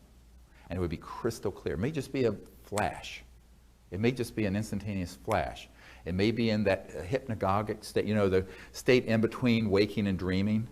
That's a great time to practice this once you learn the science of consciousness, which I'm introducing you to here very quickly. So I went from aircraft sightings to this stuff. But this is what's really exciting. And at that point you go, wow, I can be in that relaxed state, going in and out of meditation, but also in and out of sleep, and see a distant place, but also perhaps see a point in the future. Caveat. Anything that's in the future can only be a probable future. If it's in the past, it's kind of in chrysalid. It's there. It's in the Akashic record. It's there. If it's in the future, it's subject to change depending on what everyone, including yourself, thinks and does. And this is why when people say, on December blah blah of this year, X, Y, and Z is going to happen, I immediately know they're a charlatan. Because if they get that fixed in their predictions about soothsaying into the future, they don't understand the nature of reality, and that it's this organic, evolving phenomenon that is subject to the thoughts and the actions of even those who have heard your prediction, including yourself. You know, it's sort of like the Heisenberg, and it's sort of a psychic Heisenberg principle. But so that is something you have to understand, that it may be 95% likely, 80% likely, 99.9% likely, but it's not 100% if it's off the now. Now, if it's in now in real time and you become accurate, boom, it's there now, be here now. Or if it's in the past. But when we're doing CE5 contact work, normally we do preparation before we go out. So I encourage people to practice this precognitive capability before we go out that night, for example. And I encourage people on their teams to do it. And then, but when you're there in real time, you're observing with your conscious mind and inviting these civilizations to come visit in real time, if they can, and if it's safe and everything, if it's an appropriate group. And we always do this within the context of not dolphins at SeaWorld jumping through hoops for us and entertaining us. We do it within the context of genuinely wanting to be ambassadors or emissaries from Earth and humanity to these civilizations without prejudice. So it's sort of a global diplomatic corps of interstellar travelers. That's what we're developing, who understand to get out of the sort of the orthodoxy and catechisms of conventional ufology, 99% of which is rubbish, and to step into being in a higher state of consciousness, making contact with these civilizations without fear and without prejudice about who they are and where they've come from. Or even perhaps what they've done in the past, because the past cannot, let's look at it this way, no matter how you view these civilizations, the future is always different from the past. And we create the future now. Just remember that. Very important. I mean, a generation ago, they were dropping atomic bombs on Japan and blowing up every city in Germany. Now they're our closest allies. So humans need to learn to get out of the us versus them xenophobia. This sort of the negative end of atavistic proclivities. Returning to this sort of primitive monkey troop fighting, murderous, rampaging monkey routine. Because we can't afford that. Not with nuclear weapons and not with weapons that have been developed from studying extraterrestrial technologies, which are 1,000,000 times more powerful than a hydrogen bomb, which we have already. Scalar electromagnetic weapons. So that means that there need to be a core of us who are willing to put ourselves out there to be sincerely, with a pure heart and without fear or prejudice, ambassadors to these civilizations, because they are out there. And you know what? They're waiting. These civilizations, I think they've been less than pleased with so far the response on balance that humans have had towards them. Because it's either been denial or fear or xenophobia or frank hostility. I mean, the Roswell event was actually an electromagnetic system going off that caused these two craft to hit each other and collide and crash. But a lot of people don't know that. There's an FBI document that pretty much states that it was a new radar dome. Well, the radar dome had some sort of Tesla coil type electromagnetic, circa 1947 electromagnetic pulse. And these two craft that were seeing what we were doing at the 509th Bomb Squadron, which was the only nuclear bomb squadron atomic bomb squadron in the world at the time, they weren't nuclear bombs and they were atomic. You know the difference, atomic, nuclear? Atomic is fission, nuclear is fusion. Anyway, but it was an atomic bomb squadron, the only one. And they turned this thing on, boom, and these two craft that were going along, one sort of exploded right there northwest of Roswell. The other one descended and kind of cracked in half or broke up near Socorro. And that's where they got the ET that was alive out of it, what they called the EB. So there are two ships. But unfortunately, that was a terrible event. It was a violent event. So a lot of people have said, well, can't the ETs avoid that if they have all these abilities? I said, no, not just because they have advanced technologies does not make them omniscient. So here's another mistake everyone makes. They conflate advanced civilization or more advanced civilization with being godlike. Don't make that mistake. They're just people like us, but very, very advanced. Now, they may have IQs of 450, so I'm a moron by comparison. But, which I will admit, I am a moron by comparison with some of these civilizations, but, or an imbecile. A primate. But nevertheless, it doesn't mean that they become infallible. You know, I think infallibility rests with divinity and the unbounded being, and that's it. Anything this side of it is subject to failure and error, even the archangels. So you just keep that in mind as you look at this. There's not infallibility assigned just because it's very, very advanced. It kind of reminds me of, everyone know what the cargo cults were of World War II? Great story, because this is a great example of the mistake humans make. So in World War II, we were flying, you know, these propeller planes and landing them on islands in the Pacific. And we landed on some islands where there were native peoples who had never seen Western civilization or an airplane. And when we left and then came back and we found that the native peoples had made altars and made things that looked like a biplane with a propeller. And they were worshiping, because it was gods that had come from the sky. And it had become, it's like the movie The Gods Must Be Crazy. You know, the guy throws a Coke bottle out the window and the people start fighting over this. So we need to take a step back and say, okay, these are a very advanced civilization. Some of them may be, I think are, 10 to the 7th years, millions of years more developed than we are. And all of them are thousands of years. But many of them are hundreds of thousands to millions of years more developed, socially, spiritually, technologically, than Homo sapiens are. But nevertheless, they're still people. Now, there are people that are very, very advanced. And there are people, some of them are so advanced that they could be mistaken as gods in sort of ancient archaeology and the ancient astronaut sort of concepts. And of course, this makes total sense. I mean, if you have something that appears like that can appear, dematerialize, rematerialize, go straight through objects, it would look like something metaphysical and spiritual. And so there is the beginning of the conflation of very advanced civilizations and technologies with the mythology that becomes sort of a catechism and misunderstanding. So we need to be careful not to make that mistake. We need to say, oh, okay, childhood's end, let's understand this and approach these civilizations as really advanced civilizations, but because we are conscious and can become in this state of universal consciousness, in that sense, equal. Totally 100% equal, even though we haven't developed all the fine points of functioning yet. I mean, we're more dysfunctional than functional, I think you all agree, as a species, but you know, we can evolve to a higher level of function through conscious development and evolution. And these civilizations understand that.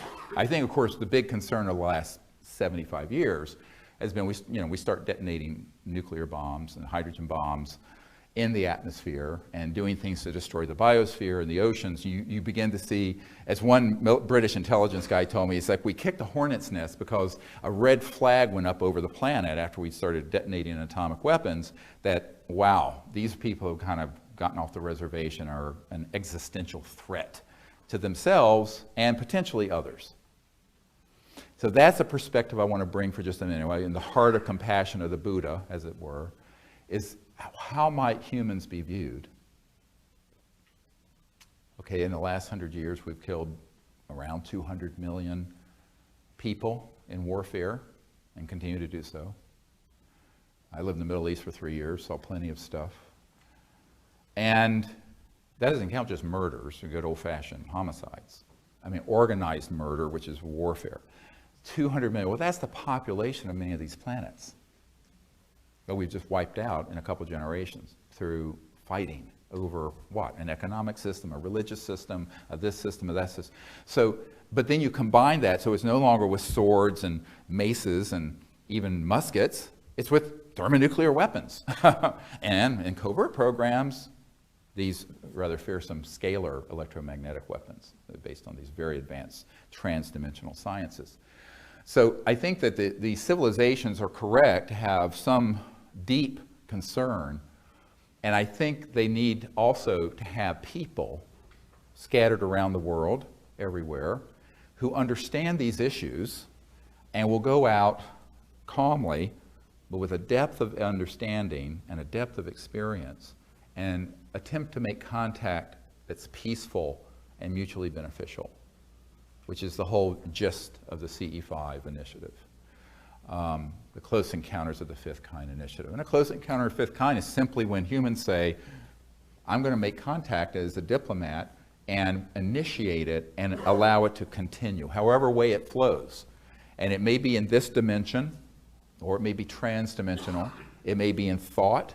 It may be in part in this dimension and part in another. And sometimes it all comes together in one night and all those phenomena happen at once. We've been out under the stars where we've had objects that have done electronics, people who've had remote views in their mind where there are 5, 10 people see or hear the same thing, a craft then appears that everyone sees, et cetera, and so on and so forth. Now, the whole gamish of sort of phenomenon. And then there'll be these beings that are moving around us that aren't physical, but that are shimmering, almost like a subtle hologram moving around the desert or moving around on the beach or wherever we are. Really amazing stuff. And what I found is that people have expectations that are based on, let's go to Starbucks and have, a croissant and a latte. No, there's other ways that they communicate. And a lot of it is because that's edifying, that's instructive. It opens up another dimension and aspect. And part of it is just practicality. If you're in what's called a hostile theater of operations, using military speak, which would be called Earth, that has space-based weapon systems that are all out there already deployed since 1965. I know guys who designed them. That when these objects fully materialize, will target them with an electromagnetic scalar weapon that goes faster than the speed of light. Believe me, they're not going to, it's not the 50s and 60s anymore where they just would materialize and land everywhere. Now, they do sometimes, but it's risky. So we have to operate with that understanding also. So there's another understanding I want to bring to this that people do not like hearing, but I'm an emergency doctor. You come into my ER with a headache and I find a brain tumor, I'm not going to tell you you got a migraine. I'm going to say you got a brain tumor. So here's the deal. We've developed systems that unfortunately are approaching parity transdimensionally with what some of these civilizations have in terms of technology, which means that we are a threat. And also means that, now, not that the intelligence community can't be everywhere at all places at all times, believe me. Unfortunately, when I'm around doing something like this, in all likelihood, it is monitored. But you guys, this is why my whole idea is to squeeze the tube of toothpaste and get it out. And then I become redundant and unnecessary. If I drop dead, doesn't matter. Because you guys can do it, and they cannot keep track of thousands, tens of thousands of people now who understand or attempting to do this. So I think that's the power of the people coming together and decentralizing this operation. And by decentralizing it, it's like decentralizing it away from me and the center of my operation. Because they cannot keep track of all that. So don't make the boogeyman in the intelligence community more powerful than they are. It's a little bit like the Wizard of Oz. The man behind, who's the man behind the curtain, pulling all the levers, scaling the bejeebies out of everyone. Now, I'm not saying they're a total paper tiger, but at the same time, they're not omniscient or omnipresent, which means that you guys can do this and have some amazing success with contact separate from me being around. My purpose is just to teach and to let people understand how this happens and then go do it yourself. The medical model is see one, do one, teach one. You see it done once, if you're in med school, you see it done once, and then you do it, and the next time you're teaching someone to do it. boom, boom, boom. So that's the model. And it works, because that's how it propagates. Knowledge propagates very quickly that way. And if you take that to heart, you'll find that you begin to learn these abilities in meditation, and the techniques of the CE5 protocols. Go out and do some experiences, and then you have some learning curve, and then you begin to share it with other people. And it just takes off. And we have some great people around all over the world doing this. Like I said, every continent. So that's what I want to encourage people to do and empower you to do it. The other thing I want to share in this sort of introductory, these first couple hours, is the understanding of the mind and all the different ways that our experience can relate to ET manifestations. Now, there's something called, in the Vedic tradition, the siddhis, S-I-D-D-H-I-S. These are different abilities and powers that people can develop as they develop higher consciousness. Now, these run the gamut of almost everything you've heard about, some of which has been relegated to mythology, but is actually very real, such as levitation, dematerialization, materialization, changes in your body density to move through solid objects, precognition, we've talked about, teleportation, telepathy, materialization of objects, etc., and so on and so forth. Now, those are all things that actually humans can do. Those are advanced applications of higher states of consciousness. But understand that there's a scientific correlation to every conscious city. So whatever that you can imagine that any enlightened master has done can be routinized or made routine through a scientific method, even when it up to and including levels of the astral, you may call celestial, conscious cosmos, and do it scientifically. I always tell people that a really hilarious story of this captain of a Navy contract vessel that was in the South Pacific in '63. Jacques Vallée had the story, but he didn't have the source. It was a third-hand story for him, where we were testing I think they were the Atlas intercontinental ballistic missiles.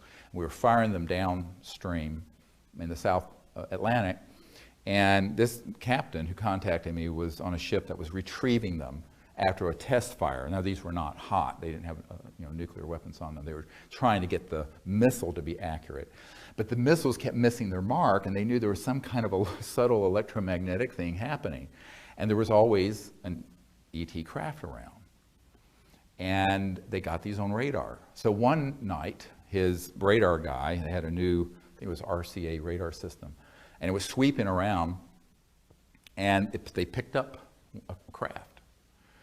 And so the captain was called, came up, they got it. He called the command center, and they got it on radar. Unfortunately, they then hit it with some kind of electronic weapon or something. And the thing blew up. There was an explosion in the sky, and it fell straight down into the water, this UFO. And the next morning, his ship was vectored into the point of impact.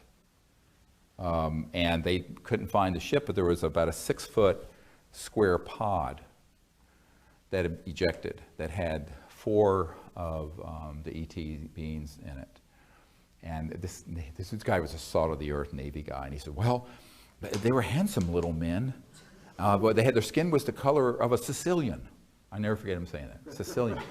Okay. And bronze-colored, no hair, no pinna, which is the pinna is the flap, the monkey ears we have. They just have openings, fine lips, a sort of small nose. And just like the man that contacted me from Skunk Works at Lockheed about the astral projection experience, this person contacted me to find out something that had bugged him. It's stuck in his mind and bothered him for 40 years. And I said, well, what is it? He says, well, we got him out of this thing, this pod. They were ordered to put him in the ship's freezer till a nuclear submarine came along and took them, and they were all threatened with death if they talked about this. And he says these little men were in sort of these metallicized fabric. It was almost metal, soft metal-like fabric, one-piece suits. I said, yeah, like a onesie. But it didn't have any buttons or zippers. And he said, how could they have gotten in them? And I said, this is why you're calling me? And it was. This was exactly why he was calling me. And I said, well, I don't know if you're going to like my answer. And he said, well, tell me. I know those damn things, you could have to cut them off, but we couldn't even cut them. I said, well, the way that the suit is made, they just stand into an energy field that has a resonant, and it materializes around them. Like 3D printing, but like a 3D zip. So there are no, and it comes off the same way. It dematerializes off and materializes on. But I said, did you notice anything about this thing that they were in, that was floating? He said, yeah, it had no pieces. I said the same thing. So I call this sort of a infra-ultrasonic manufacturing, where if you imagine going beyond the speed of light, speed of electrons, beyond the zero-point energy field, and creating sort of a architectural blueprint of a spacecraft that's in that dimension, like an astral, like your astral body, and have that resonate, and it comes into this dimension in toto. So it recruits the atoms, the molecules, the structures, not by digging them up and smelting them and banging them and doing rivets like we do on an airplane, but it, and that's, I call this extraterrestrial manufacturing 101 that I'm sharing with you. So that's why these spacecraft, the guys who I know who've gone to ones that have retrieved them, they're seamless. Now, if you see one that has rivets and seams and parts of it, that's Lockheed and Northrop's and Boeing's anti-gravity stuff. But these, the ET ones, are completely seamless, and the light coming from them is so amazing, it's so pure, you never quite forget it, because the light is coming from a source and materials that aren't manufacturable. You couldn't even manufacture something that pure in space. And there was a part of a craft that they got in Brazil, and I forget, it had magnesium and some other stuff in it, but the elements that were in it were so pure that even in the vacuum of space we could not manufacture it. And no one understood how they could be doing this. I said, because they're not going to some asteroid or planet and digging up stuff out of the earth and smelting it and melting it and then putting it together. They're creating a field, and it resonates and then comes in from that transdimensional virtual near astral, I call it, the near astral, and it then pops as a totality into 3D. Make sense? Which, if you study the literature of the craft that have been retrieved and even the clothing on these beings, they're consistently this same report. Now, why is that important? Because it means that when you're out under the stars and you see something, and if it seems just, it's too beautiful to be real, it looks like a jewel. We were once in Colorado and there was an object, it looked like it was a crystalline jewel in the sky. And it was there for a number of minutes, and you couldn't even, it was painful, it was so beautiful. And then there was a fighter jet was vectored in, and the thing popped and began to go off, looked exactly like a 737. Everyone saw it. So, you know, but what's fascinating is the purity of the light and the quality of it. And then there's one more thing. These craft are imbued at the level of nanobiotechnology. You know what that is, nanobio? Where they're actually living and they're conscious. So the craft itself has the consciousness of the occupants, and often it's the chief pilot or the person who's actually directing it, which is usually, they will either touch it and think and they'll go. All right? But the craft itself is not just like a piece of machinery. It's actually living. And there have been more than one military guy I've interviewed who have been on retrieval missions when they get there, and the craft has been injured. I call it injured because it's organic. And there'll be a crack, and it'll be trying to heal. Like if you did a cut and did a time lapse of a healing of a wound on skin, it's doing this kind of thing, trying to fix itself. And so the craft themselves are nanobiotechnology at the level where they then can subsume or take on the awareness of the occupants. And that's how they operate. So many times people have an experience with a UFO, but they'll feel that the UFO itself was communicating or was conscious. I say, well, it is. That it was like this living, organic, conscious thing. And many times people will dismiss it, and I'll go, no, thousands of people have had the same experience. And it's because it is. It is a living, conscious nanobiotechnology at the level that it can then take on the awareness of the occupant or the occupants. But usually it's the main occupant who's the anthropocentrically projecting here, captain or the person in charge. The really important thing to know, because if you're out into the stars, I remember last year, just before I had to take this trip to Australia, and I was laying on the beach, and I was with a friend, and it was beautiful. You could see the whole Milky Way galaxy on the outer. I was on the Outer Banks, and I was out there, and we were talking about this stuff. And there's someone who had never seen one of these objects, and suddenly in the Milky Way, an object about that big at arm's length, which is huge. It was pretty close and pretty big, materialized, and it was this beautiful kind of crimson ruby red, but it was like it was living. It was like this thing that was living, and it moved and went the whole distance of the Milky Way galaxy. It wasn't an instantaneous thing. It was there for a little while. I don't know if anyone else on Earth saw it, but we saw it. We were looking straight up, and it was like it was alive. The sky was alive. The object was alive. And then I realized it was going right in the direction of Australia, which a few days later, I was wheels up to Australia. So, and I think it was, I told my wife, I said, I think they were telling me, you know, bon voyage, and we'll be with you there.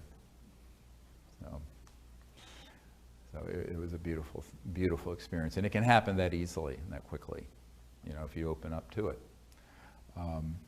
And ultimately, the central science of all of this, yes, there's materials, there's electronics, there's communication modalities, but the central technology and understanding is understanding yourself, your thoughts, your mind, the meditative state, and how that can be used to make contact. And in deep meditation, you can pretty much unravel any mystery you wish to. In the Vedic tradition, there's something called Ritambara Pragya, Ritam.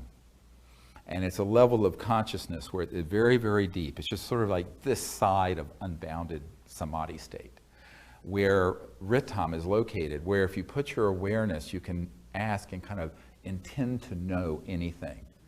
Now, of course, I guess the Supreme Being knows all things at all times, but an individual can know this thing, that thing, this object, you know, one at a time, or maybe if you're really brilliant, 100 things at a time, or 1,000,000, but not everything.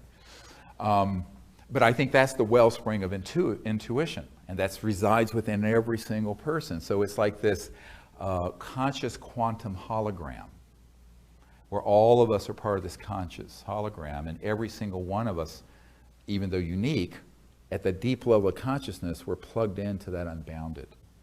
And if we travel to that, that's where we become one. And if we begin to experience that deeply enough, we can begin to experience that even while we're walking around, driving down the road. In my experience in the ER, I used to have a lot of experiences where it would just be this intuitive flash, and I would know someone had a brain tumor, or I would know someone had something completely hidden with no symptomatology. And I would act on it. And the nurses call me a warlock, but they were awesome. In North Carolina, I said, well, these hillbilly nurses were great, but they, but they would say, Dr. Greer's a warlock. And so we would have these experiences. At one time, a man came in, and this is why I encourage people to do this. I don't care if you're an airline pilot, software engineer, a business executive, bus driver, a doctor, whatever you are, if you learn these principles of consciousness and the cities that go with it, these abilities, it will be very valuable in your life. And there was this man that came in, and he was a 26-year-old guy with a couple kids, and he had the flu. It seemed like the flu was flu season. And then I looked at him, and I looked and I thought, God, he's got a big brain tumor. And he didn't have any symptoms of a neurological insult at all. And I turned to the nurse, and she was fat, Bubbles, loved Bubbles. She walked like this and had a bouffant. And I turned to Bubbles, I said, I need a CAT scan of the brain. And she said, well, doctor, she's only got the flu. I said, just do it. It was always my mantra, just do it. Thank God I didn't have to go through a bureaucracy, insurance company, or government. And I just said, just do it. So he did it. And the radiologist calls back an emergency callback. And radiologists usually don't, they don't bother. Well, this guy's got a astrocytoma that's like a pancake over his brain, and it's herniating his brainstem. Well, the brainstem going down through the foramen magnum gave him the fever, the chills, all his symptoms. But there were no focal neurological symptoms. And so he went to emergency neurosurgery. He lived. I just see him periodically. He'd come in occasionally.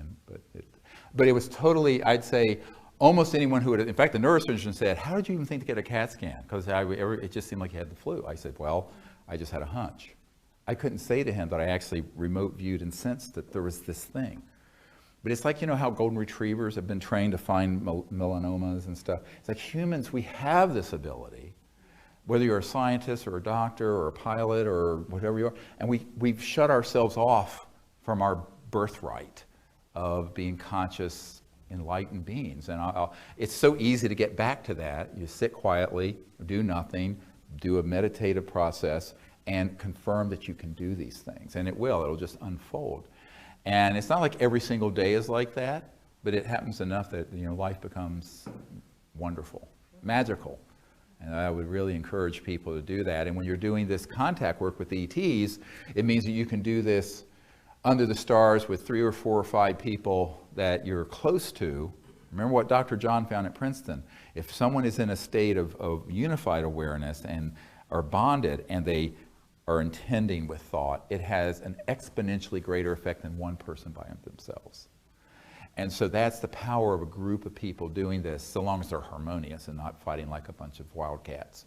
And there's coherence in the group. So if you can create coherence in a group, it's incredibly powerful because it's orders of magnitude. It's an exponential increase in the power of the thought, the consciousness, and the effect to make contact. And somehow, some way, these civilizations will respond. So when you were talking about the suppression of this knowledge, I guess my question to you is, do you subscribe to any kind of idea like Illuminati, curtailing this, and does any type of negative kind of ET presence fit into that model, where it's kind of been keeping it like a prison planet type of idea? Well, the question is in terms of the information being kept secret, is there some Illuminati type entity or perhaps even ET presence keeping it secret? I doubt it in the way that it's the mythology, the internet mythology would say it is. I think it has more to do with the fact that there are, let's say, called cartels, interest groups that are also competing interest groups, human, not ET, that don't want certain aspects of this out. And there are points where they cooperate and there are points where they don't. Now there's something, the latest iteration of it, I've been told from some of my intelligence sources, is called SIG, S-I-G, which is the Senior Interagency Intelligence Group. And the SIG, which, you know, from the old Majesty and Majestic entity from the Truman era, and some of the documents I have, it says MAJIC, M-A-J-I-C, classification. Those are, you know, intelligence groups that operate out of normal chain of command. They work with people in different countries. And then they will usually have representation from different interest groups, such as religious, technological, financial, macroeconomic, et cetera, and so on. And so there's really a simplistic view that there's sort of like one group. It's the Bilderbergers, it's the Illuminati, it's the this. It was interesting because a few years ago I was at a meeting in San Francisco, and it was after the Disclosure Project was launched. And Henry Dakin, who the Dakin Toy Company, was hosting sort of a reception at his loft in San Francisco. And Judith Skutch was there, who was the original publisher of the Course in Miracles with Marianne Will, and very big supporter, and her husband was a colonel. And she was friends with this man who had just been up at the Bohemian Grove, with the whole Bohemian Grove. It was like 2,500 people. And this issue came up. And the issue of, it was a very wealthy European financier. And so this issue came up about disclosure, because they'd all been in the news. And they had someone there to get up on the stage and tell everyone that they were part of a very high governmental scientific entity that had looked into this, that none of it was true, that it was all just misinterpretations and, you know, swamp gas and Venus rising or whatever, the usual blather. And all those 2,500 people took it to heart and believed it because it was their peerage. So I want to talk about peer-to-peer containment systems. So you have one group of peerage called the U.S. Senate. Out of those 100 guys, 1 or 2 people are read into or know about this subject. Their task is to lie to the other 99 or 98. Bilderbergers, there might be a handful of them. They lie to the rest. Bohemian Grove, same thing. So people have this very simplistic view of how secrecy like this would be maintained, and that there's some sort of vast sort of conspiracy, and there'd be all these people. Because of compartmentalization, there would be people, and compartmentalization is where you have you know, a very walled off area of operation where it's compartmented to that particular task or research. And it is so narrowly focused, and the people in there have such blind, they don't know what the person in the next cubicle's doing, never mind what the big picture is. So it's very easy when you have extreme compartmentalization to keep most people in the dark about what's really going on. And then there'll be a handful of people who really know.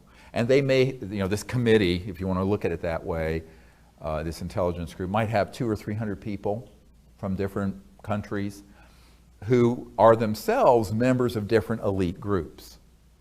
And those folks would then lie to their brethren in that peerage to deceive them. And that's their job. And they're trained professionally to lie. So it isn't as if it, so most, I would say 99.99999% of everything I've ever seen that's out there on this trash dump called the internet has almost no bearing in reality, because it's just too imbecilic. It would not be operating that way. Now, for special compartment, you know, top secret, TSSCI, top secret special compartment intelligence to operate is the compartment part. It's not the top secret part. There are 980,000 people in the United States with top secret clearances, which means they're common as dirt. It's the compartment you're in, all right? So you may have Q clearance, which used to be the clearance for nuclear weapons and stuff. But it doesn't mean that just because you have Q clearance, you have clearance into electromagnetogravitics. In fact, you almost certainly would not. So, and the same thing goes in for corporate. Same thing goes for, it was interesting, I was in San Francisco at another time, and there was a woman who lived in Pacific Heights, the end of Broadway, where all the $100 million mansions, you know, the Getty home and Larry Ellison, all these people live. And she was hosting her neighbors for a salon. And I was the guest for this dinner party. And, you know, I mean, there were all these people. And the guy on one side of me had been the chairman of SRI, Stanford Research International. And they had had contracts dealing with this issue. But he said, I was only the chairman of SRI, so I didn't have a need to know what was really going on. So because I've never been in the government, but I have all these hundreds of people who provided information from all these different walks of life over the last 50 years in terms of experience, people going all the way back to the 50s, 60 years, that I've sort of become sort of a source for that. So he was picking my brain. Here was the chairman of SRI. And then across the table was the chairman of AT&T. Now, AT&T has had a lot of contracts with the intelligence community dealing with this issue. But the chairman of AT&T didn't know about it because he was only the chairman of AT&T. He was not read into. So it's compartmented at corporate, governmental, political, and religious levels. It's not so simple that there would be some one entity you can name and then, you know, sort of vent your spleen. That group is. Now, the question of whether there are interstellar civilizations that are cooperating or facilitating that, I'm very skeptical of. But it could be theoretically possible that in the early days, they were hoping that there would be some kind of rapprochement with leaders, military or political, and had contact. An ongoing level of that is less likely, but if it is happening, then we need a CE5 effort even more. Here's what I always say to people. Let's say that there are, they say now 11 billion star systems in the Milky Way that have Earth-like planets around them. And the Milky Way is only one of billions of galaxies. The likelihood is that there are countless numbers of civilizations out there. And you can't prove a negative. I can't say everyone is at a state of enlightenment. I will say that if they become interstellar and they haven't blown themselves up yet, they're more evolved than we are. However, it could be that there are some that have interests and ethical concerns that don't comport with contemporary human ones. But that's where you would need to have even more of a diplomatic communicative effort. And the worst thing you can do is relegate that to people in covert military operations, because they're only looking at the universe with rose-colored military glasses on. And it's all about power and control. And so, you know, it's sort of like when there used to be a U.S. Senator from Virginia named John Warner, not the current Mark Warner, no relation. And he had been chairman of Armed Services and Intel, various things. And I knew he was involved with Majesty and Magic. And he had been one of the secretaries of the Navy way back, I believe, or undersecretary of the Navy. And one of his, a member of my team who had dated him for a while, went out at his place in Virginia and met with him and brought this whole issue up. And he basically listened to her and said nothing, stone-faced.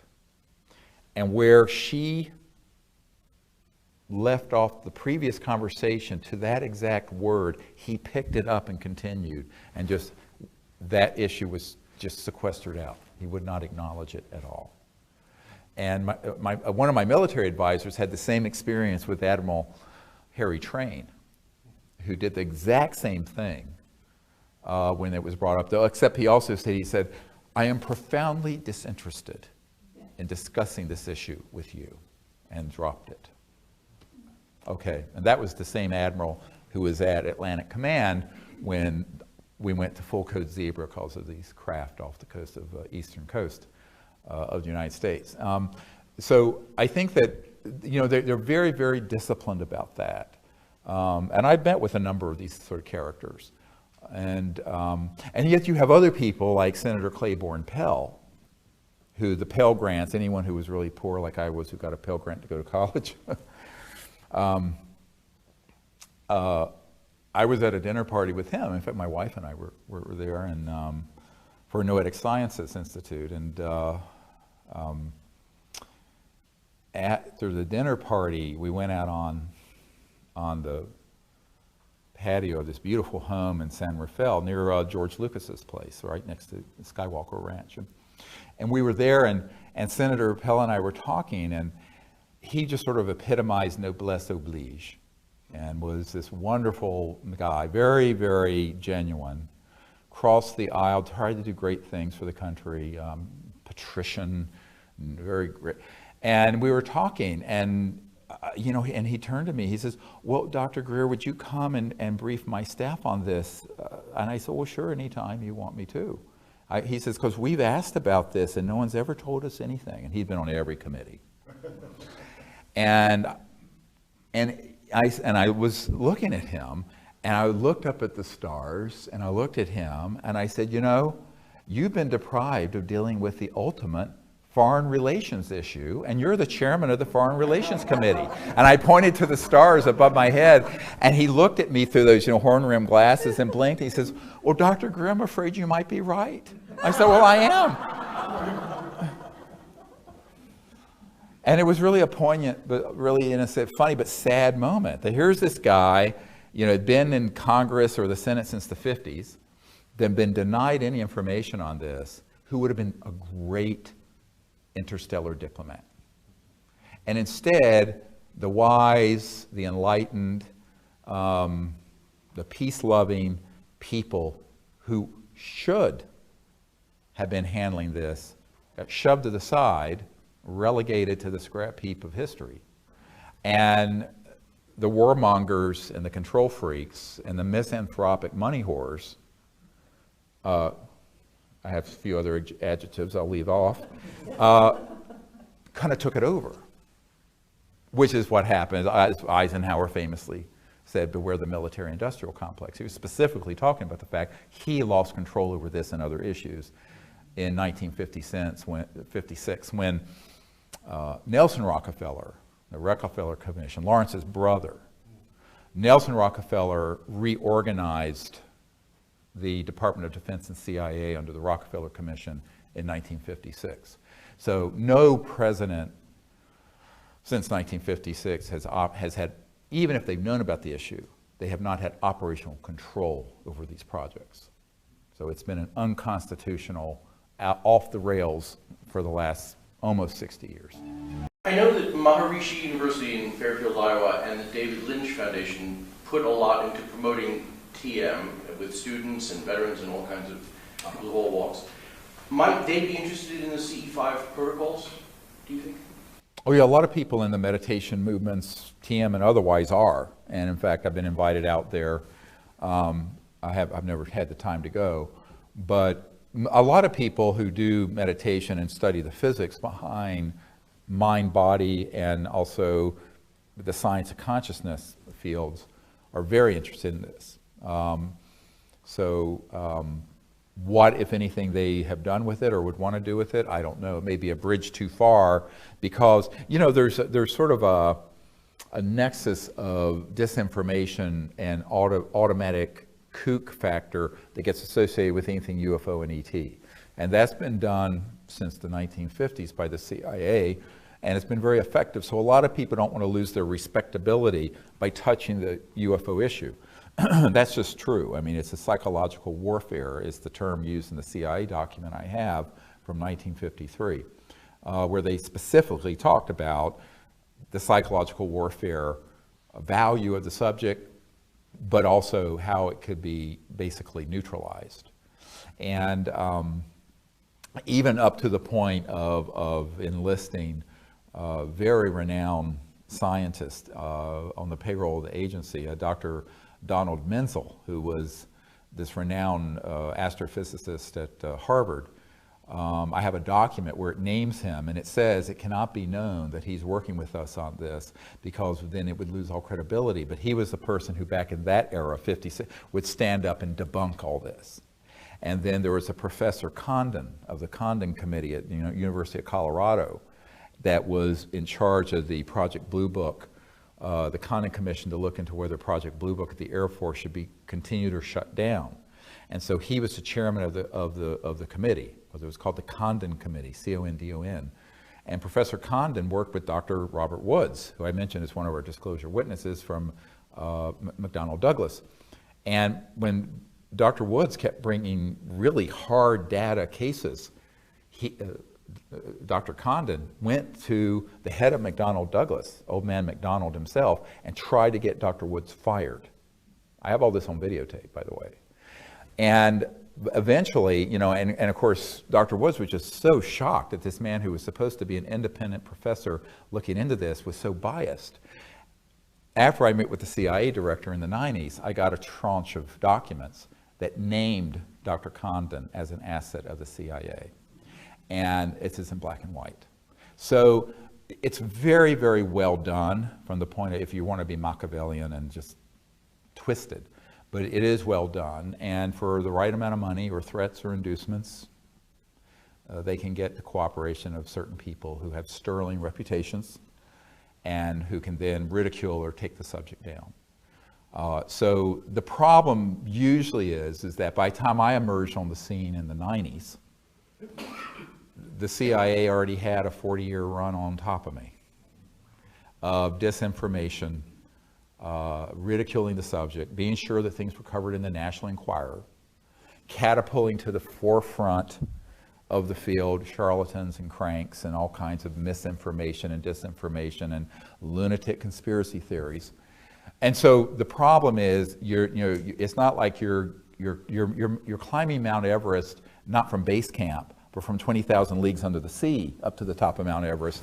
And that's the problem with a lot of people who privately will express a great deal of interest and publicly would not want to be associated because of the social opprobrium and ridicule attached to the subject. I was just curious, is there a particular ET civilization that's kind of identified themselves to your contact group? I was thinking in terms of like the Phoenix Lights. I know my understanding is that they've attributed that to the Yahyel civilization. So I was just curious if there was a particular civilization that's kind of communicated or identified themselves. She's asking if there's a particular ET civilization that's identified itself for a group. The answer is not one particular, but a number, and a number of different species. And our purpose of our group is interstellar diplomacy and bringing all of them together. See, so what we would want to avoid is a bilateral, a unilateral, but bilateral or bipolar cosmos.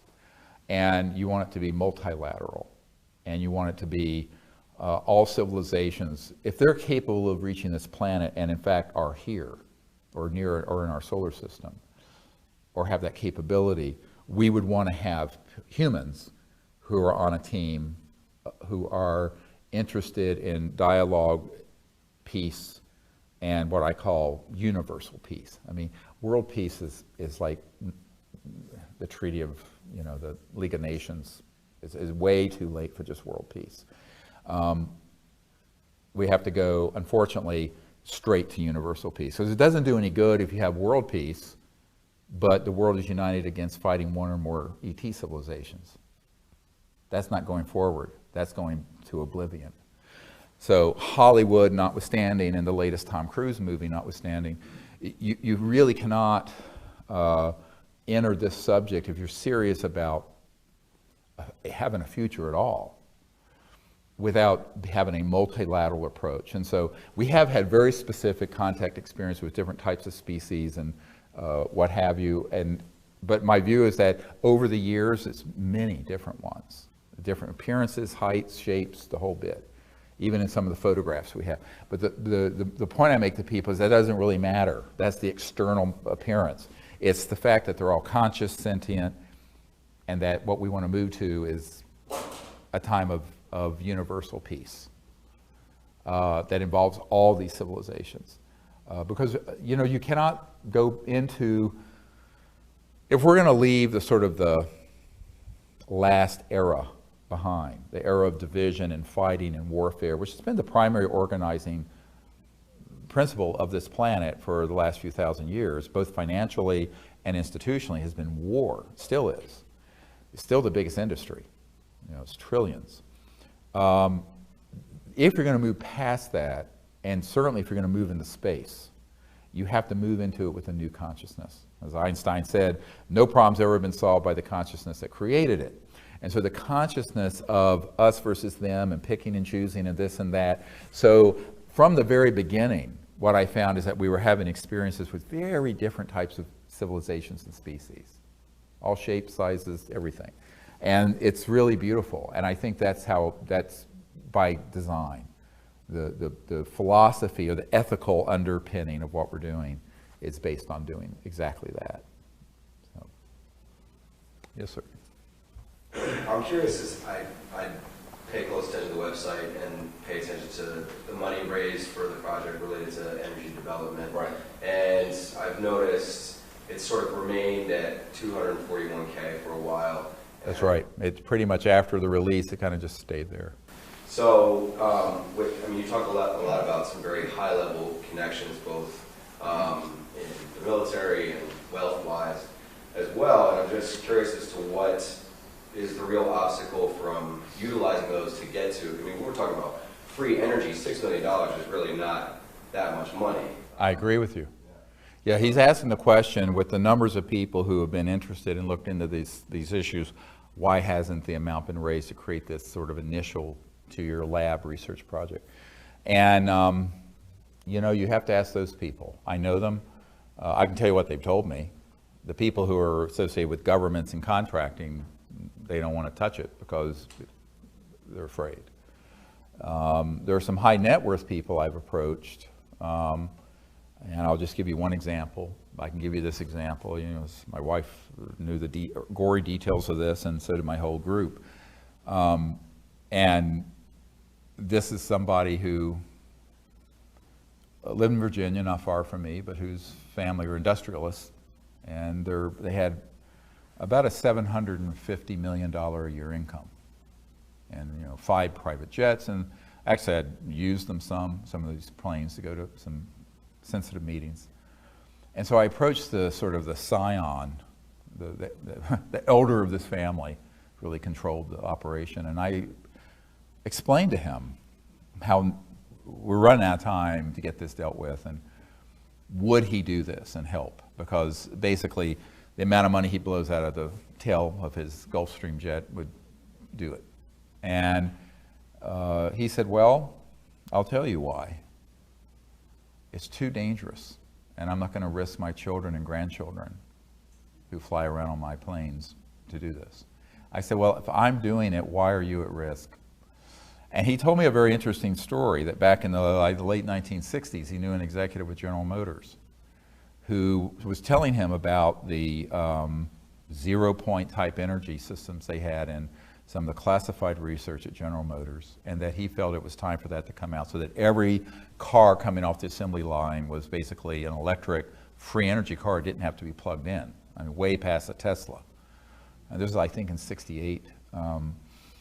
And he said that 2 weeks later, after he was openly talking about this executive was found dead. And it looked like a suicide.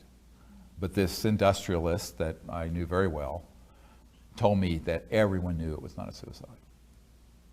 And so I found that, the fear is the mind killer. So, there are a lot of people who know about this, but they don't want to stick their necks out. The public, by and large, just wants to be entertained by it. I would say that if, you can launch an app of kitty cats playing pianos and probably pull in $10 million in a month or something. What is it, Candy Crush, or some of these idiotic apps and video games.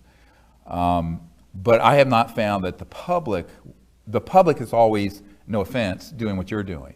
And that is, why doesn't someone else fund this? So it's a little like the little red hen phenomenon, where, the little red hen everyone wants to eat the cake or bread, but no one wants to help cook it. And so everyone's looking for someone else to do it. It's like someone being stabbed on the street of New York and everyone watching, and no one wants to intervene. Because the people who are high enough in industry and finance know that you're stepping on some big toes if you move into this.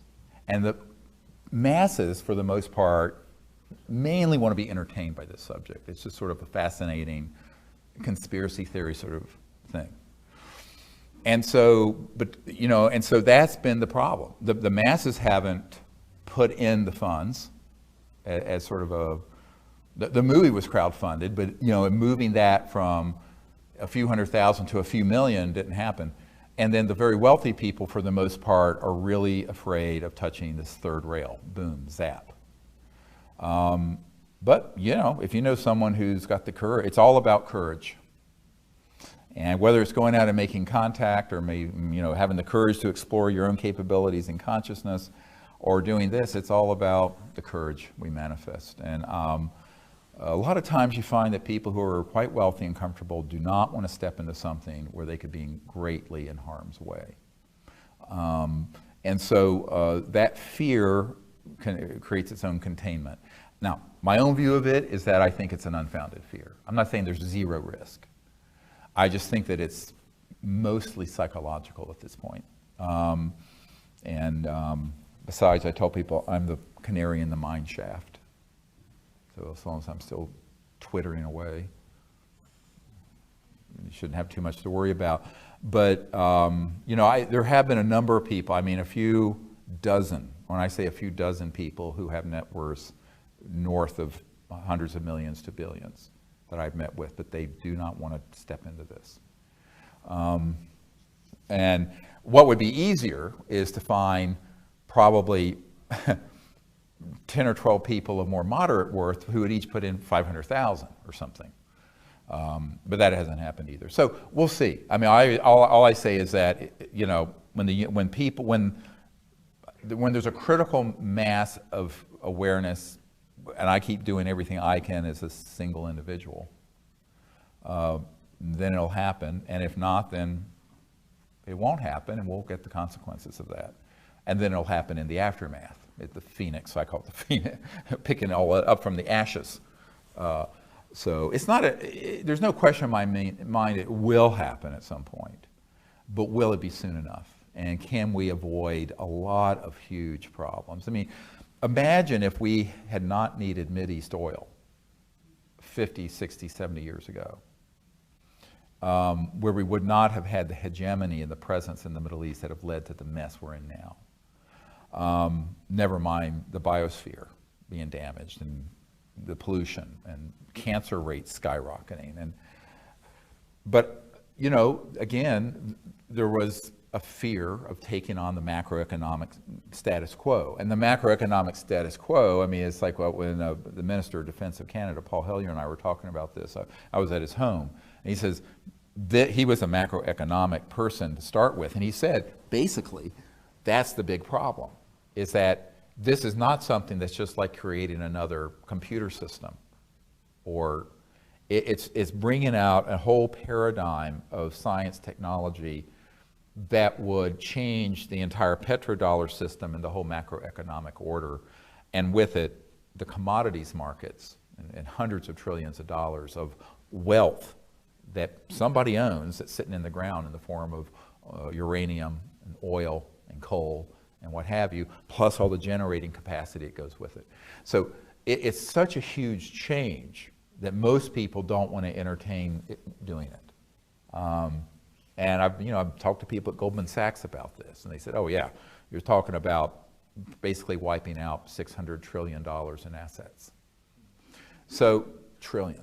So, you know, and the whole U.S. federal government, including Social Security and all the entitlements, is $3.5 trillion. So this is, the longer we put it off, the more the world is dependent on the old paradigm and the more it cannibalizes and destroys itself. However, and it becomes more and more difficult to do it.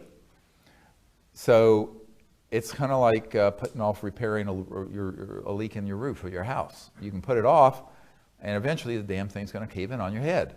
But all I can do, you know, I don't have the resources to do it, and is articulate what could be done, hope there's some people who gather around the vision, and we get it done in enough time, you know. You have to understand, when I started this in my, I guess I was in my mid-30s in 1990 when I started all this, and I thought, well, if I put the information together and provided it on a silver platter, tied up in a bow, to the right people, they do the right thing. Wrong. So I got disabused of that notion very quickly. But, you know, so ultimately that's why we then said, well, disclosure of this information, the contact effort, I never viewed the government doing that initially. I always saw that as a citizen's diplomacy. But then also the technology, I realized, would have to be coming from we the people. So it's about organizing we the people. And so I tell everyone who's listening to this, share this information with the right people in your network, send them to our site, and through networking, maybe the right folks will line up who have the courage to step forward and make it a reality. Or somebody with one of these technologies who has one that's already operational will step forward and be willing to do something strategically sane. Because the strategically insane thing to do is to do what Stan Meyer did and Rossi is doing and almost every other inventor I know had done, which resulted in a catastrophe.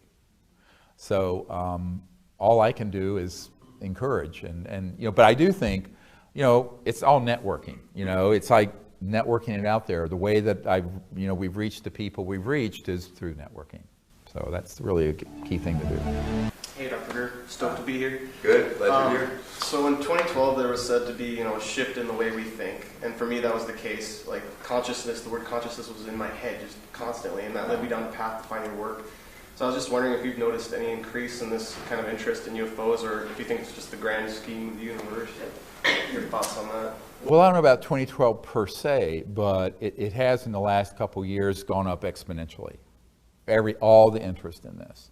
I mean, to the point that you even have Lockheed Martin putting out information that by 2020 something, they're going to have a fusion generator that'll run everything. That was in the past month. So things are moving along, and it has been a big move up.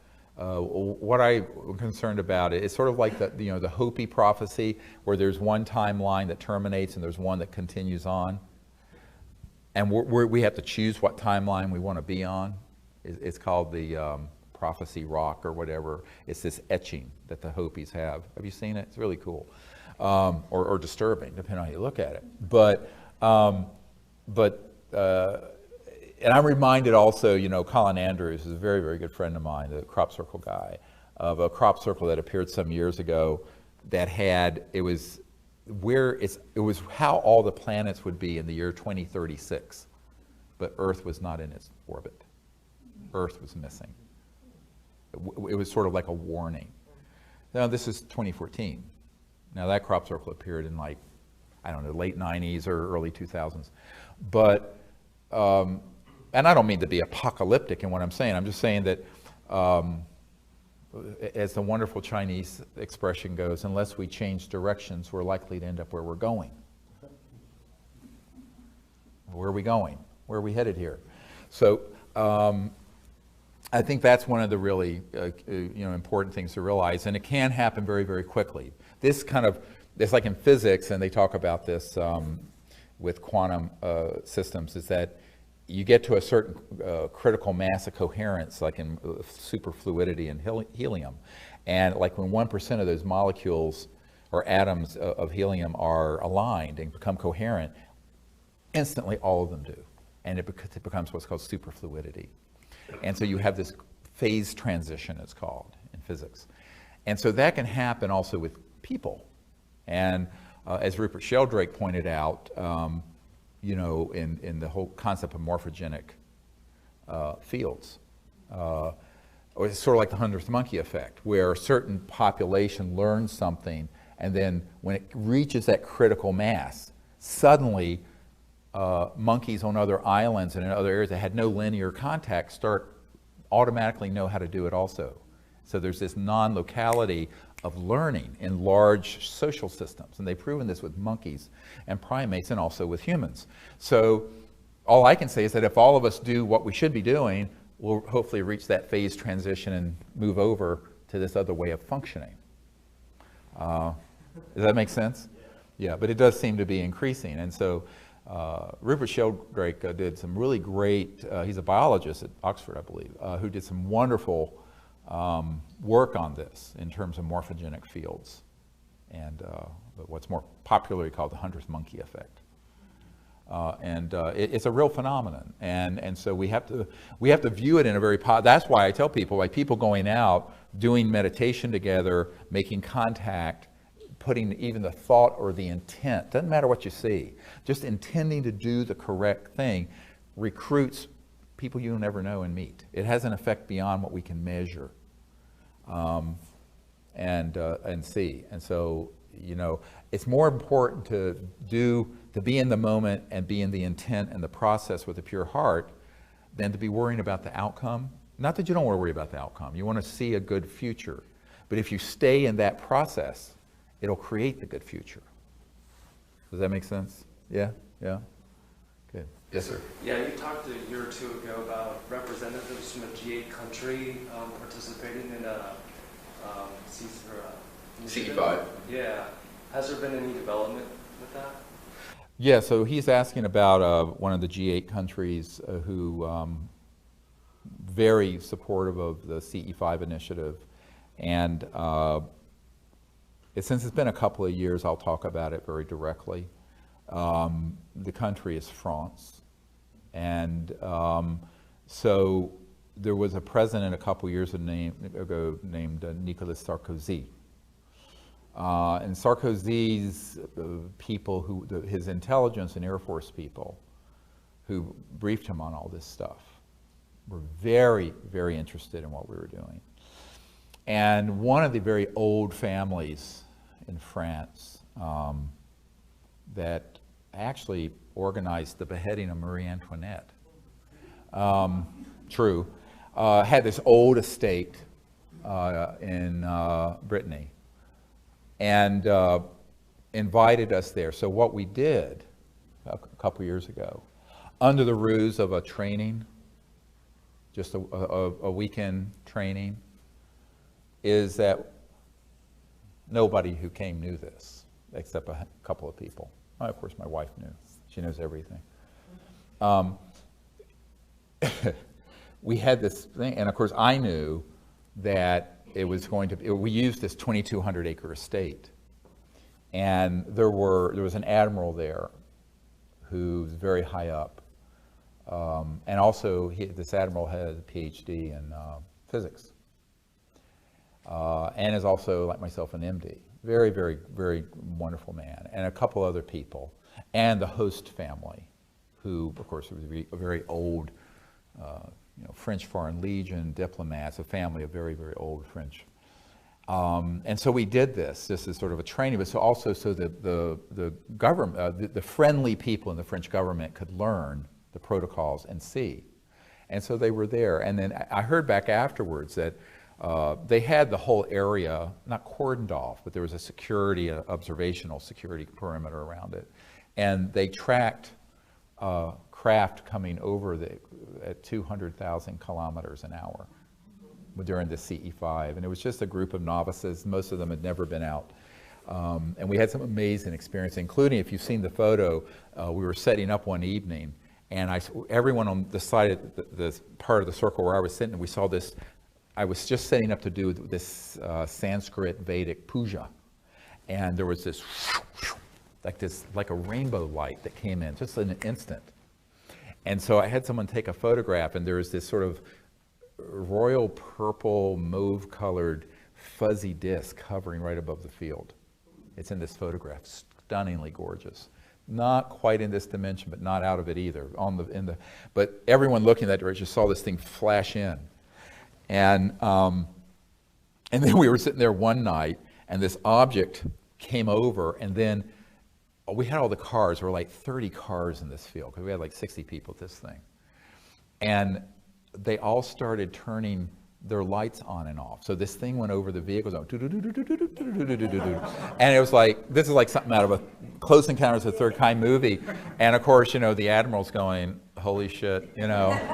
And, you know, and we're in deep meditation, and all of a sudden we hear this, it right next to where, beyond where the cars were, this, it was almost like a metallic thing brushing up again, and there was a craft that was quasi-materialized in the corner of the field.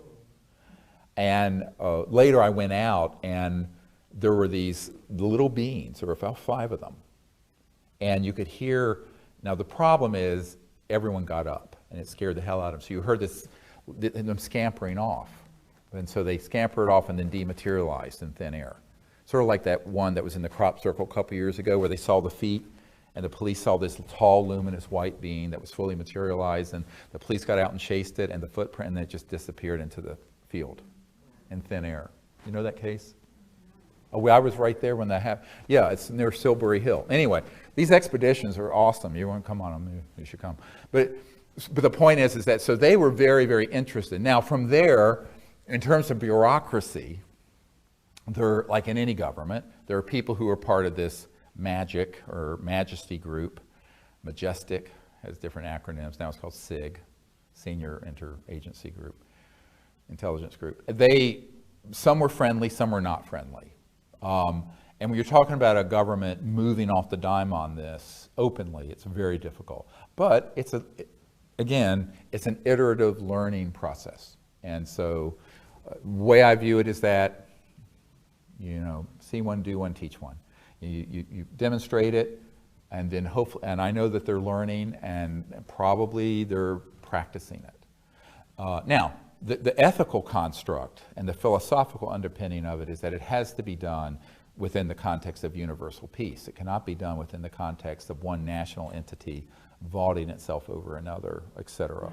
But I know that, you know, this is not going to be able to be done through the UN, because we tried that, you know, back when Boutros Boutros-Ghali was UN Secretary General, and they were very interested. And his wife came to one of the salons I held in New York, and then the Secretary General after him, Kofi Annan, when we did Disclosure Project, originally they had committed to hold the Disclosure Project event at the Secretariat of the United Nations. But some folks came in with an all-access pass and essentially threatened to pull funding out of the UN on behalf of a certain number of countries, and it would have destroyed the UN. And I was told, I was called directly by an ambassador who is attached to the UN Secretary General saying, we wish you well, we support what you're doing, but we cannot do it at the UN. And that's why it was held here at the National Press Club. I have not told that story much. So, you know, I mean, you look over the last 10, 15 years, there have been a lot of initiatives from the starts and stops from various governments. And so, yeah, there's a lot of interest, but it's sort of like, you know, that old saying, everyone wants to be first to be second. No, you know, there's a hesitancy to stick your neck out too far on something very controversial, as I mentioned earlier, but also on something that has not just a social opprobrium, but where there's some very powerful people who are not afraid of using their power in retribution against an entity that would do it. And this is why I tell people the best, you know, to me, the clearest path forward for contact, disclosure, and bringing these technologies out are the people, masses of people doing it. Large corporations, the very rich, governments, you don't want to be prejudicial against them, which is why I'm, like last year, I was happy to go to Australia and meet with all these folks. But you don't expect, you have limited expectations. You hope they do the right thing. But what I learned starting back in the Clinton years is that everyone wants to know about this stuff. Very few people want to do anything about it.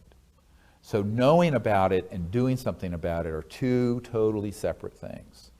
And all we can do, I think each of us can do, is to provide the information, the knowledge, the vision, and let that gather amongst the populace and also with world leaders and other people and see where it goes.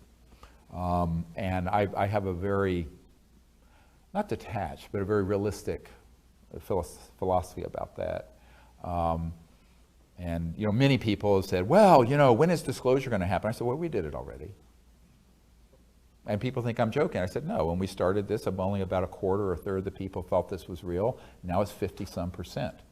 Last year, the Marist poll said that 43% of Americans think that we're currently being visited by interstellar extraterrestrial beings. It's a huge number.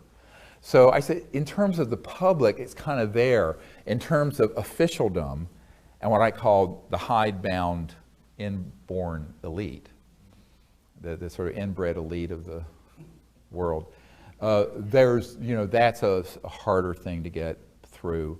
And no smart part because of both power politics, but also more easily. As this one Air Force witness told me, he says, the real way this has been kept secret is just sheer ridicule. The subject, you really don't have to do or say anything. It hides itself because people don't want to be laughed at. People don't want to be put down by their peers. People don't want to be lose esteem amongst their colleagues and what have you. So talk about courage. The biggest courage it takes for someone who's interested in this is to speak the truth in a way that is appropriate.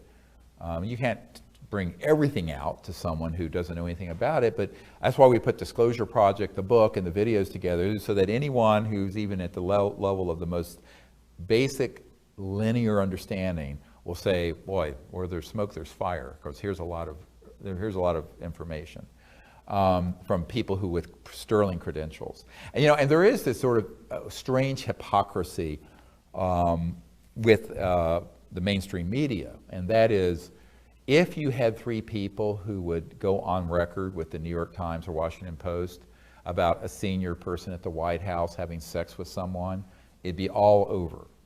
I have 110 people on videotape and testimony with corroborating documents, with their DD-214s, which is their discharge papers from the military, with signed statements, witness oaths that they would testify under oath before Congress with the penalties of perjury, federal penalties of perjury, and it gets ignored by all the mainstream media.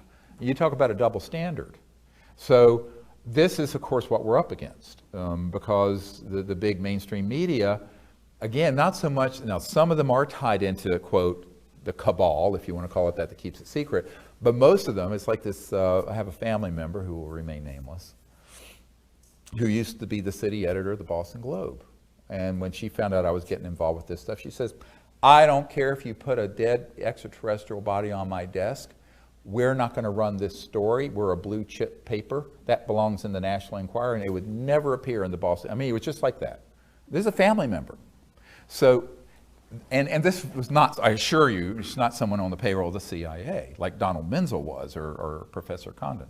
So I think that we have to understand that it is a real educational process, and putting together the Disclosure Project information with top secret documents and military witnesses and generals and ministers of defense and people who have credentials and respectability, as it were, as pilots or people who are at Strategic Air Command.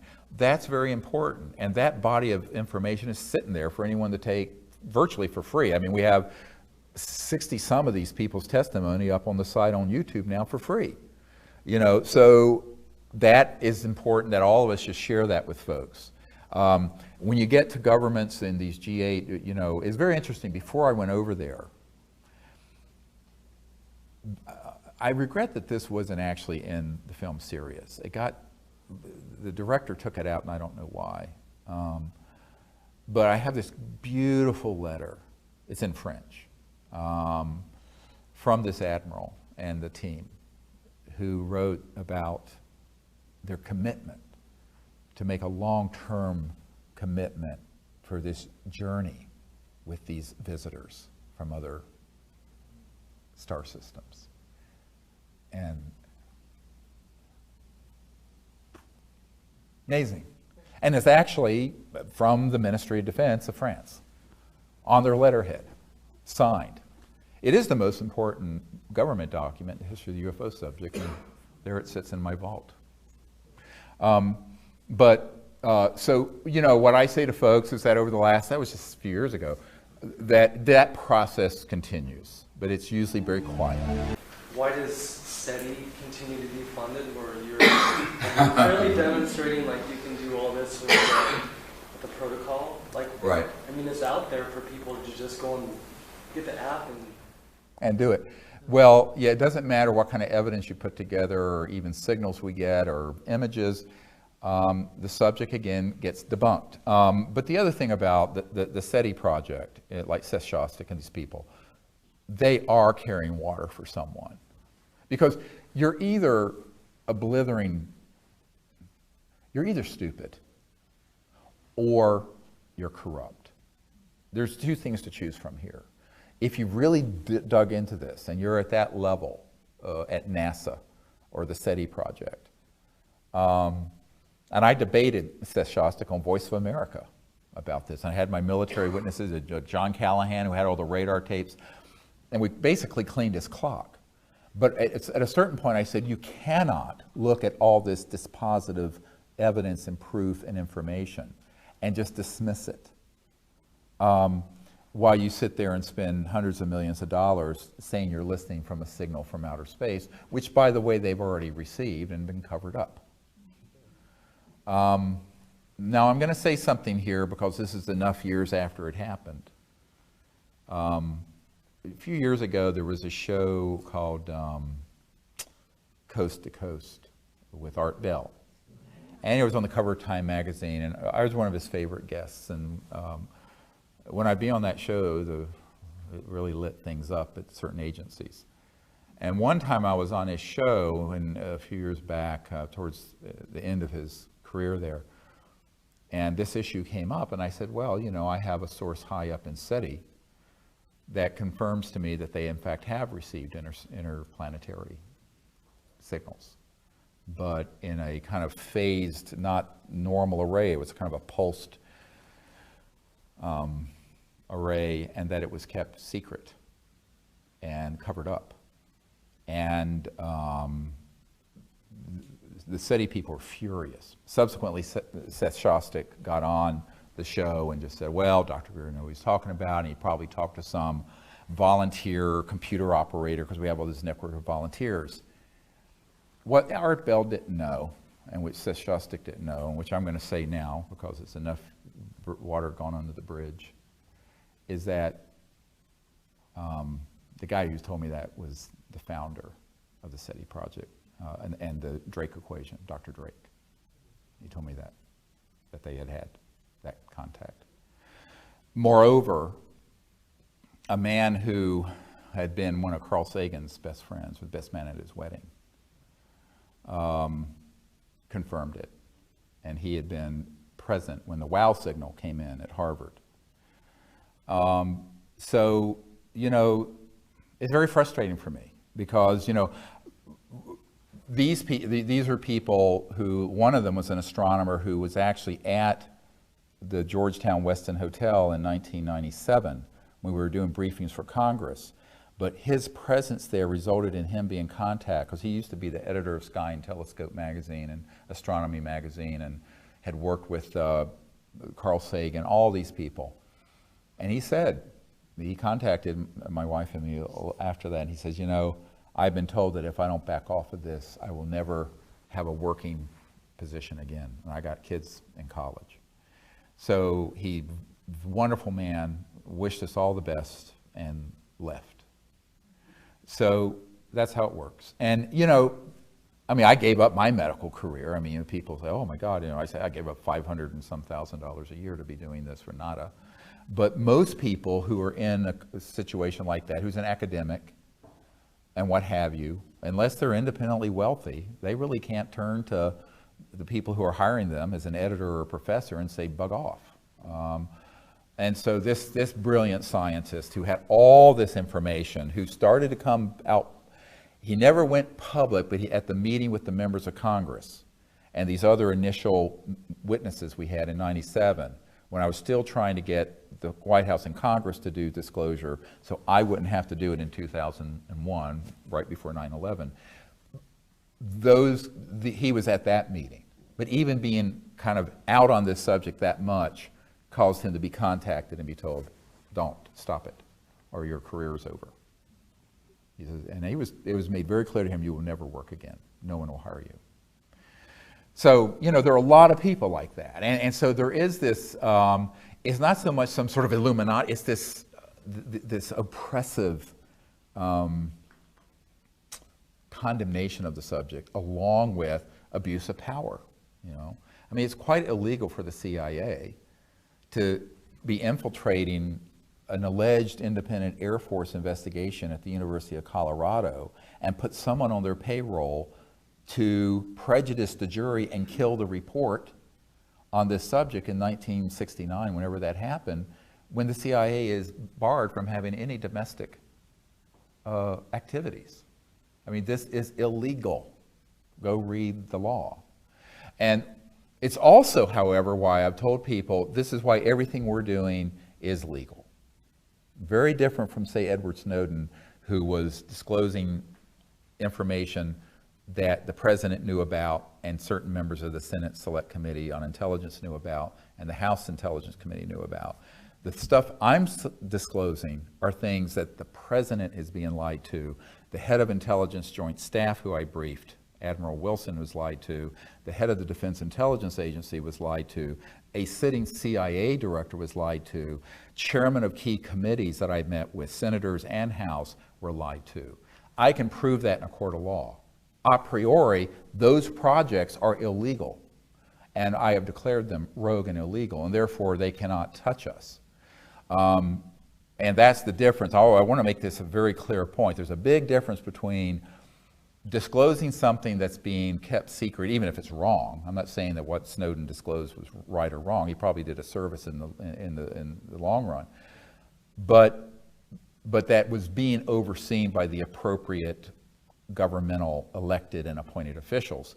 And something like this that has no constitutional oversight and is a complete criminal operation and rogue. That, and this is why, you know, Danny Sheehan, who worked with me right before Disclosure Project, he and I discussed this, and he's a constitutional attorney who did the Silkwood case and the Pentagon Papers representing the New York Times, and he said, look, you know, given the people you've met with and the fact that they've been denied access, who are at the top of the heap, not only in the United States, but people like that I've met with in Great Britain, France, other places where they're completely being left out, that is prima facie evidence of an illegal operation. And therefore, if it's an illegal operation, they can't cite the rule of law to protect themselves, which is why our position was in the late 90s, early 2000s, anyone with documents, information, whatever about this, you can come forward without any penalty of violating your national security oath. Now, saying it and having people do it because they're afraid. You know, people have been threatened with death, but we did get enough people to come forward because we had a critical mass. You know, I didn't come forward with one or two, I came forward with dozens all at once. So that was the power of unity and the power of doing it. We really need to have another wave of that happen from people who are currently in government and not just retired people. But the closer someone is to central operations at Lockheed Skunk Works or the agency or the NSA who know about this, and the closer in time they're related to it, the more afraid they are of TWEEP, terminate with extreme prejudice, which is the euphemism for what this guy at the CIA has told me. They call it wet works, wet meaning blood, wet works, TWEEP. So yeah, nice, well, welcome to my world. I live and breathe. And that's why a lot of these people are very afraid if they're really currently in current operations. It's not that they don't understand the legal principle I just articulated. In other countries, it's a minor version of the same thing. So say in France, you have friendly people, just like there are here, very interested in actually trying to do something, but then there'll be others who are in a compartmented operation tied into this international group that maintains secrecy, and at a certain point they will be threatened. And that's what happened. We actually had, I was contacted by these people in France and said, you know, an official in the United States contacted the ambassador from France to the United States and said, what the hell are you think you're doing? After I got this document from the Ministry of Defense and this big outline of all the studies they wanted to do post-contact, biological, technological, the whole bit. It's this amazing document I have. And it's just like, it's like, curl your hair. What little hair I have left would be curled. But when I read it, I went, wow, I can't believe I got this from the sitting government. But they got contacted, and basically they came to some kind of a truce where they said, well, you can do this with Dr. Greer so long as you stay on French soil. Do not try to do it anywhere else. They said, fine, fine, fine. So that's why we did it there. Stephen Bassett right now is doing a big push. He turned over a bunch of documentation to Congress, and he's asking the people to contact their congressman to have a public push for disclosure. How, in your opinion, what is going to be the best method to bring about disclosure, and how close are we to it? Well, as I mentioned, we've already done disclosure. The majority of people know this stuff is real. I'm talking about the masses.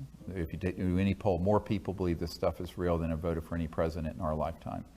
The question is whether there will be official disclosure. So let's make two distinctions. Disclosure by what we're doing as a grassroots entity versus some authority figure up on Capitol Hill or at the 1600 Pennsylvania Avenue or at the UN doing it.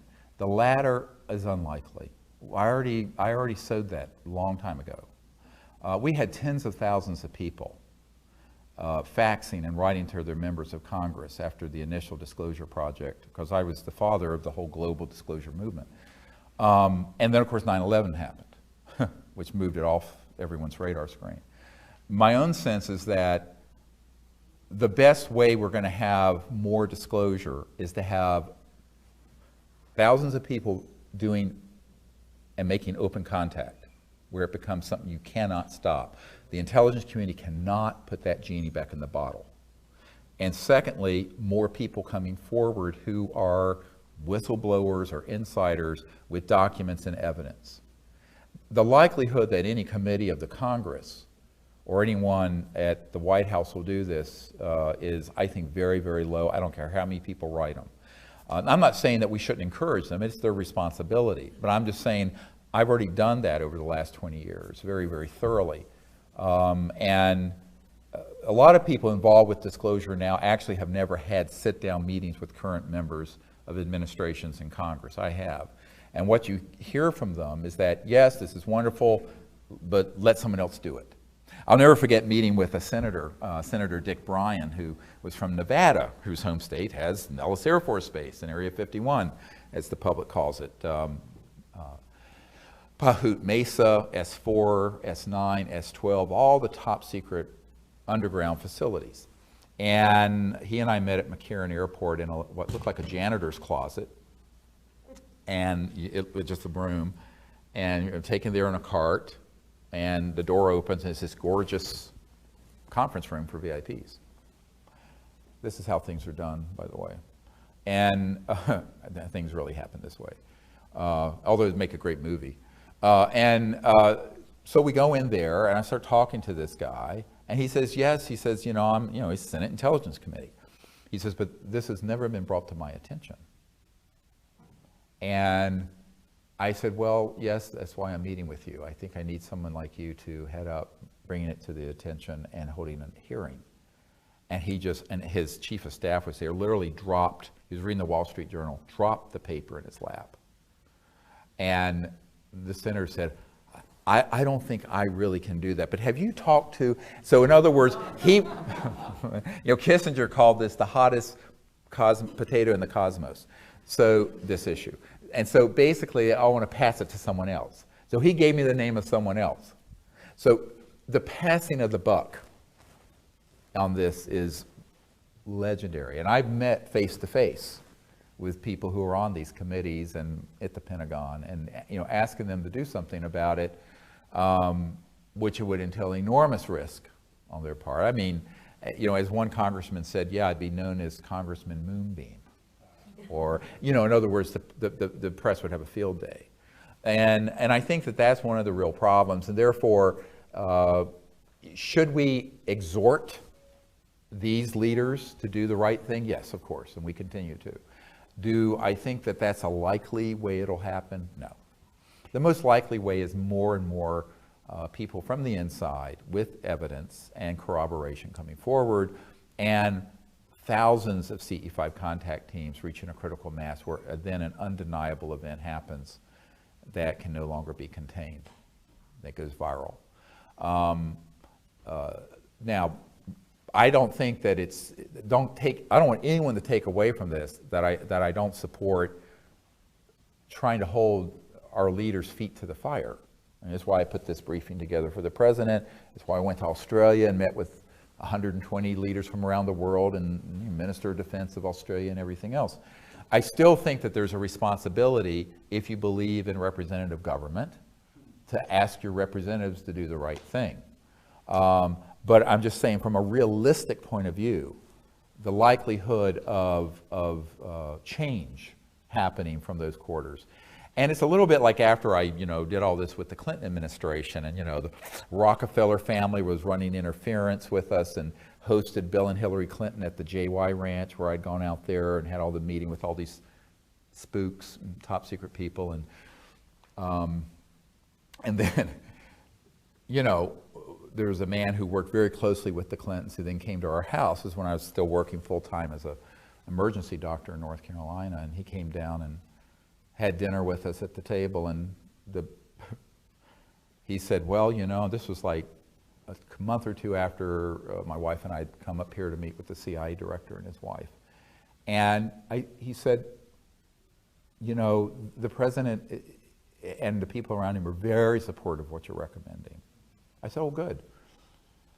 And, we're having dinner around the table in this house, a big Tudor house, and the 4 kids, or little kids back then, around the table. And he says, but they really don't think the president can do anything about this because they're concerned he'll end up like Jack Kennedy. And I started laughing, because I thought he's sort of a big, fat, operative for the Democratic Party who was sort of a jokester and very funny guy. I thought he was just making sort of, a facetious, and he stopped me. He said, no, we're not kidding. And I said, well, Kevin, don't talk about this in front of the kids. Let's talk about this later. So we went to the library later and talked about it. He says, no, absolutely. They think that this could actually happen, that it would be too dangerous for the president. And I said, well, what do you want me to do about it? I'm just a country doctor here in North Carolina, rattling around in an ER. And they said, well, they think you should do it. Yeah. And my eyes roll back in my head. Are you kidding me with this? Now, then you imagine, I'm in my 30s. And so this is 1994. So, 20 years ago, I was in my late 30s. And so I thought, well, then I said, well, here's the real reason, is that it is risky, but you view the president as an expendable, but I am. He says, that's right, you're expendable. Very cynical, very Washington. Yeah, throw you under the bus, who cares?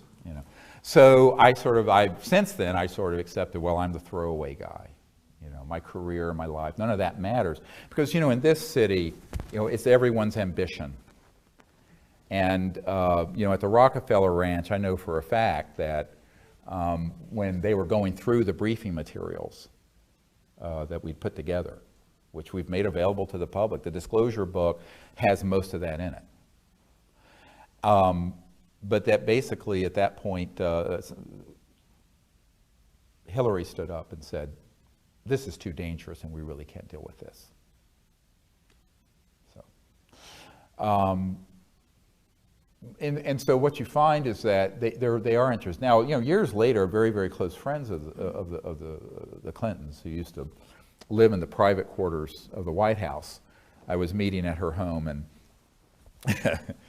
and she told me this hilarious story, that even though all the people around Bill Clinton, including his wife, did not want him to deal with this issue because of the risks involved, he kept the briefing document on the back of his toilet in the private quarters, but one day he brought it out and was sitting with this friend of the Clintons that I knew very well, and had it open. He was going through the document going, well, I know all this is true, but they won't tell me a thing, not a goddamn thing. Just like that. And when she told me this story, I just cracked up. I went, oh my God. I mean, you know. But, you know, that's, hey, everyone puts their pants on one leg at a time. And no one walks on water. I think it's, you know, it's understandable. And, but to answer your question, we continue to do what you're talking about, but at authentic levels. I don't want to say anything disparaging about anyone, but at authentic levels, because we have, you know, the access to those sort of folks. But where I think the action is grassroots. I think it's the action with disclosures with the people, more people coming forward who are whistleblowers. I think it's with CE5 teams reaching a critical mass, a morphogenic field around the planet that then brings this to the next level. And with the energy, the same thing. The technology is the same thing. And in a way, perhaps that's how it should be. If you look at human history, no big, really quantum leap or big leap forward in human history has ever come out of the centers of power. Ever.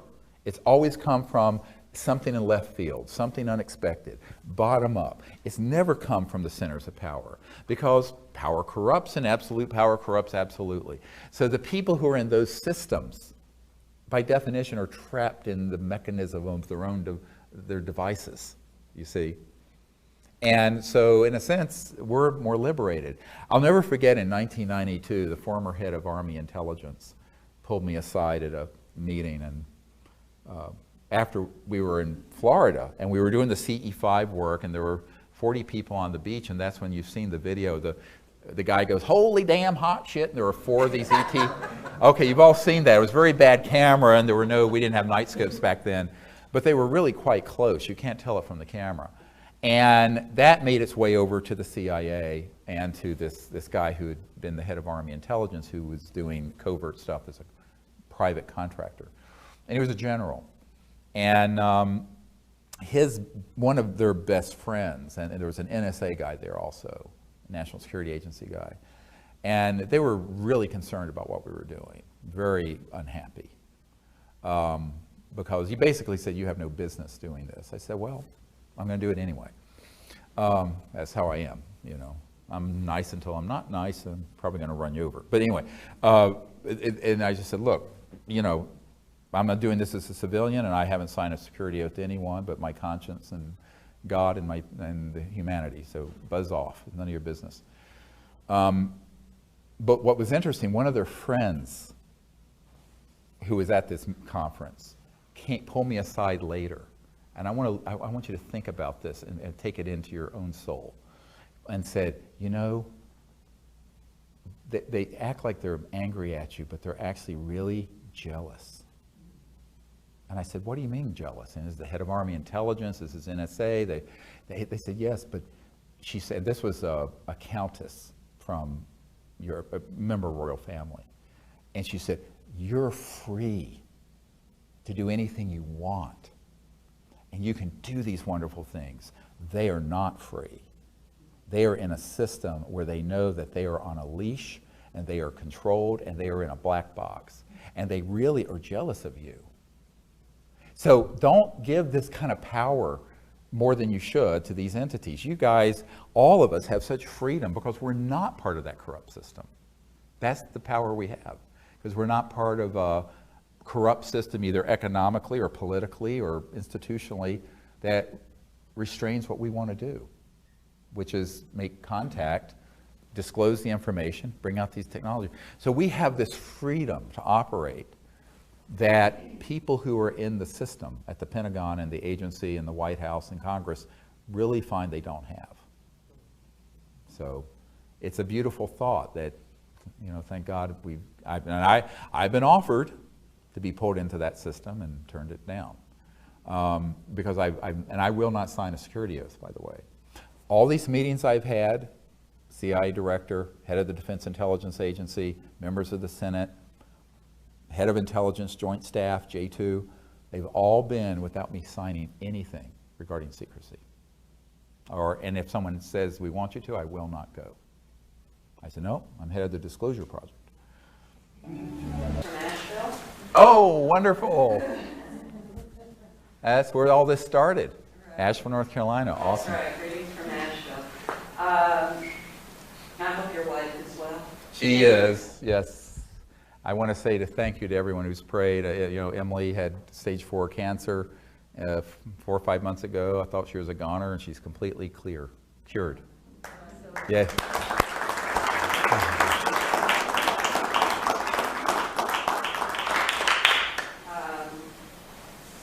Your frustration must be unbelievable because I know how I feel. Back in 1974, I had a pretty close encounter with a very real, very large, very metallic object, about 40 feet in diameter and about 50 feet above my head. Yeah, it was frightening. I wasn't alone. There were 3 other people there. I was in Great Barrington National Forest in the middle of nowhere. Where is it? Massachusetts. Massachusetts. Great Barrington, Massachusetts, and it was, like I say, 1974, and it was something that informed the rest of my life, really. Right. But now I have, and that's a knowing, right? So no one can tell me. I did not see, I do not know. Right. I can't tell you who it was, Right. but I know that it was. Right. Now the same thing has happened to me, there you are, the same thing that has happened to me, and you've had an NDE. So the same thing has happened to me, not with an NDE, but through after-death communication with spirit that manipulates energy. Mm-hmm. I was hoping maybe you could give me some information on how both these things can exist. Dimensionally, okay, you know, because I don't know what that means really. Mm-hmm. So I was wondering if you could, because it's something that I've never been able to come to grips with, is how do I know this? And how do I know that? And now how do I put the two of them together so that I could know them both and feel good with the explanation? Is there anything you can offer me? Well, it's all very abstract without having more detail. What she's asking is that she had an experience with a fully materialized craft and subsequently has had experiences, sounds like in consciousness, with someone who's in the next world, as it were. Yeah, who it has. And the thing is to understand is to look at, I call it, you know, in the ancient, times, they would call this the eye of oneness. So looking at this in a unitive way. So there really is no distance between these dimensions, say the afterlife and the astral, except what our minds construct. Because your conscious mind is omnipresent. So your conscious mind can experience something from an ancestor or a relative who's in their astral body of light, whatever, in the next world, or a spirit being, an ancient spirit being, or an angelic being. I know these all exist. Or an extraterrestrial spacecraft in this dimension, or that has resonated to where it's moved into astral, very close to what you would call the spirit world. Now, as I said, when the Lockheed Skunkworks guy had his out-of-body experience with the astral, and he hit the craft and it moved it, it was not as materialized what was over your head, but it was there, and it looked exactly like a craft like this, but it is shifted just into that what I call the near astral. sort of a transdimensional energy field. And if you understand that all of this is on a continuum, we create these like barriers between dimensions. So in a sense, we create our own compartmentalization. So we have our bodies, we through the 3D world, everything's linear, and that's the myth we create because that's where our understanding is. But that's not what's actually operating all the time. And so there will be moments where we can break into and experience something in consciousness that's in this another dimension, whether it be the afterlife or an interstellar civilization that's resonating beyond the frequency of light and matter before it steps down, as it were, into 3D. But all of it is on a continuum. And the only thing that separates our understanding it, or making it look like it's a us versus them, or not an us versus them, a yin and yang thing, is the lens we look at it through. So what we have to do is adjust our paradigm to understand that the whole that it not only can, but does. And it does at all times. And from a higher level of consciousness, and perhaps from a higher level of civilization where you become interstellar, this understanding would be very, very normal and natural, okay? From our level, at this stage of our evolution as a society and also as individuals, it seems very strange. But I think it will become less strange as it becomes more everyday. If you'll humor me, one more question that I have, because I was debating which to ask you, so, Yes. and maybe everyone else knows this, but why is it that ETs accept the protocol here, and why don't they just, like the ones that were over my head, they were there for about 40 seconds, that's it, and then went straight up, straight across so you couldn't see it anymore with the trees. Right. Why didn't they stop and land and say, hey? Well, the question is, why didn't they stop? Why wouldn't a craft stop and land and say, hey, they have sometimes. I just told you at Joshua Tree, we had this sphere come in, and there was a being there and literally waved it. It's on our website. And the question is, why don't they do this at Yankee Stadium during okay. This is like when Larry King asked me, why don't they land on the White House lawn? I've probably been asked that question 30,000 times. And the reason, but here's the reason for it. And the answer is really an important answer. How successful has our misadventure been for instituting Jeffersonian democracy in Iraq and Afghanistan? Okay, and we're dealing with humans living in the same century, on the same planet, kind of. Now, don't get me started.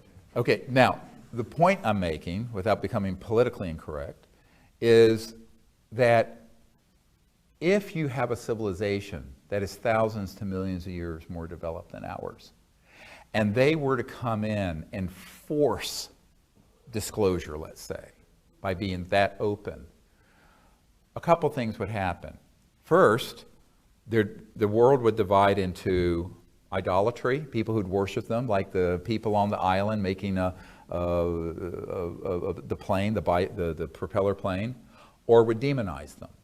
The military and intelligence community would say, we've been invaded, and we're back to the movie Independence Day, okay? And it would galvanize the fear to justify unifying the world, as Ronald Reagan said at the UN, around an extraterrestrial threat.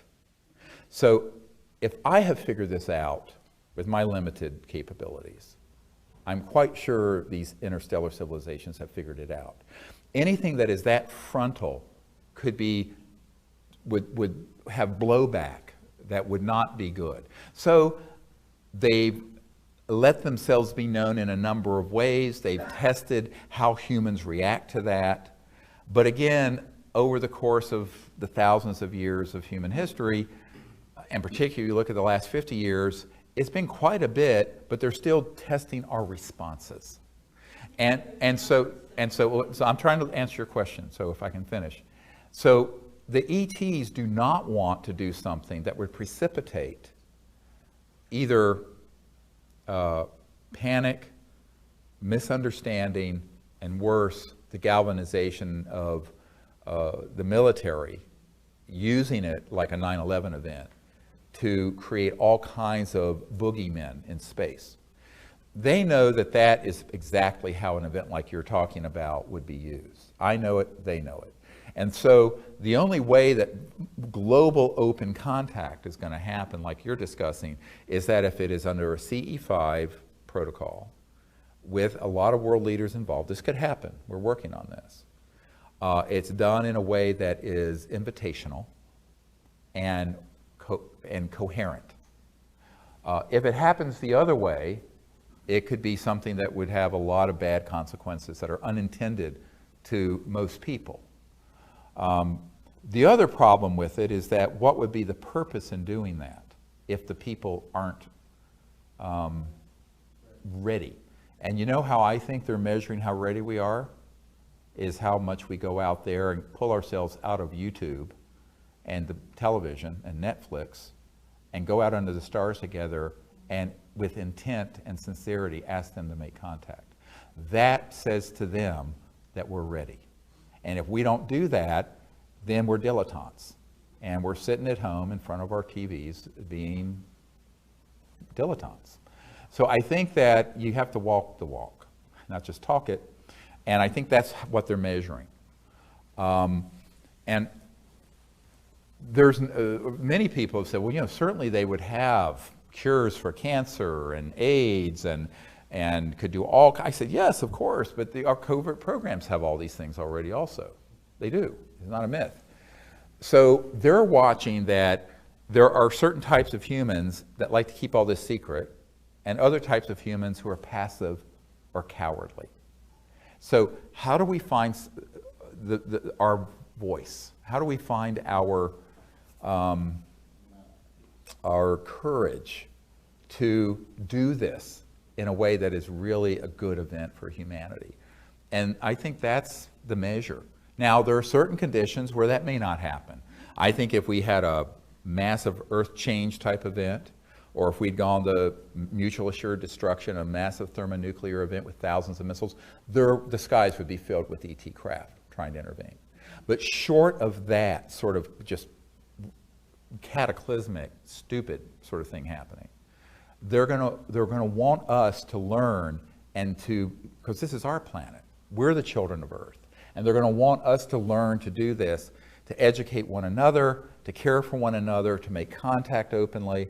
And that's the measure, that's the metric they're looking. And even with disclosure, they're watching to see how much makes it out that's true and how much of it gets folded into disinformation.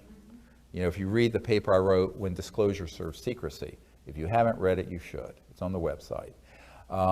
Where disclosure information and evidence gets folded into the whole fear-mongering that is the stock and trade of the UFO subculture. So I think we have to be aware that this is being monitored by these civilizations who I'm sure work together. There's no question about it. I mean, if we have coalitions and we work together as dysfunctional as humans are, you can be assured that interstellar civilizations work together with infinite more coherence than we do. That this is being measured and observed, and there are certain metrics that I think they're looking at. How mass society, media, and political establishments react, how military reacts, how the public reacts, but also what are the people doing. And you know, having been in the kind of the center of this for 25 years now, 2015 will be the 25th year since I founded all this. What I feel over and over again is that the real action is with each individual person and then coming together and making this wave happen. And I think that for that reason, a forced disclosure by the ETs or an event happening from on high on Capitol Hill or the president, those are the two least likely ways. And this other path, it just involves more effort and work, but that's part of the lesson. You know, Earth is a schoolhouse floating through space. And we're here to learn certain lessons about self-realization, but also self-actualization and creating a new world. And I think that's really why we're here together at this time. Well, we're out of time. Thank you so much for being here, and stay in touch. Hope to see you.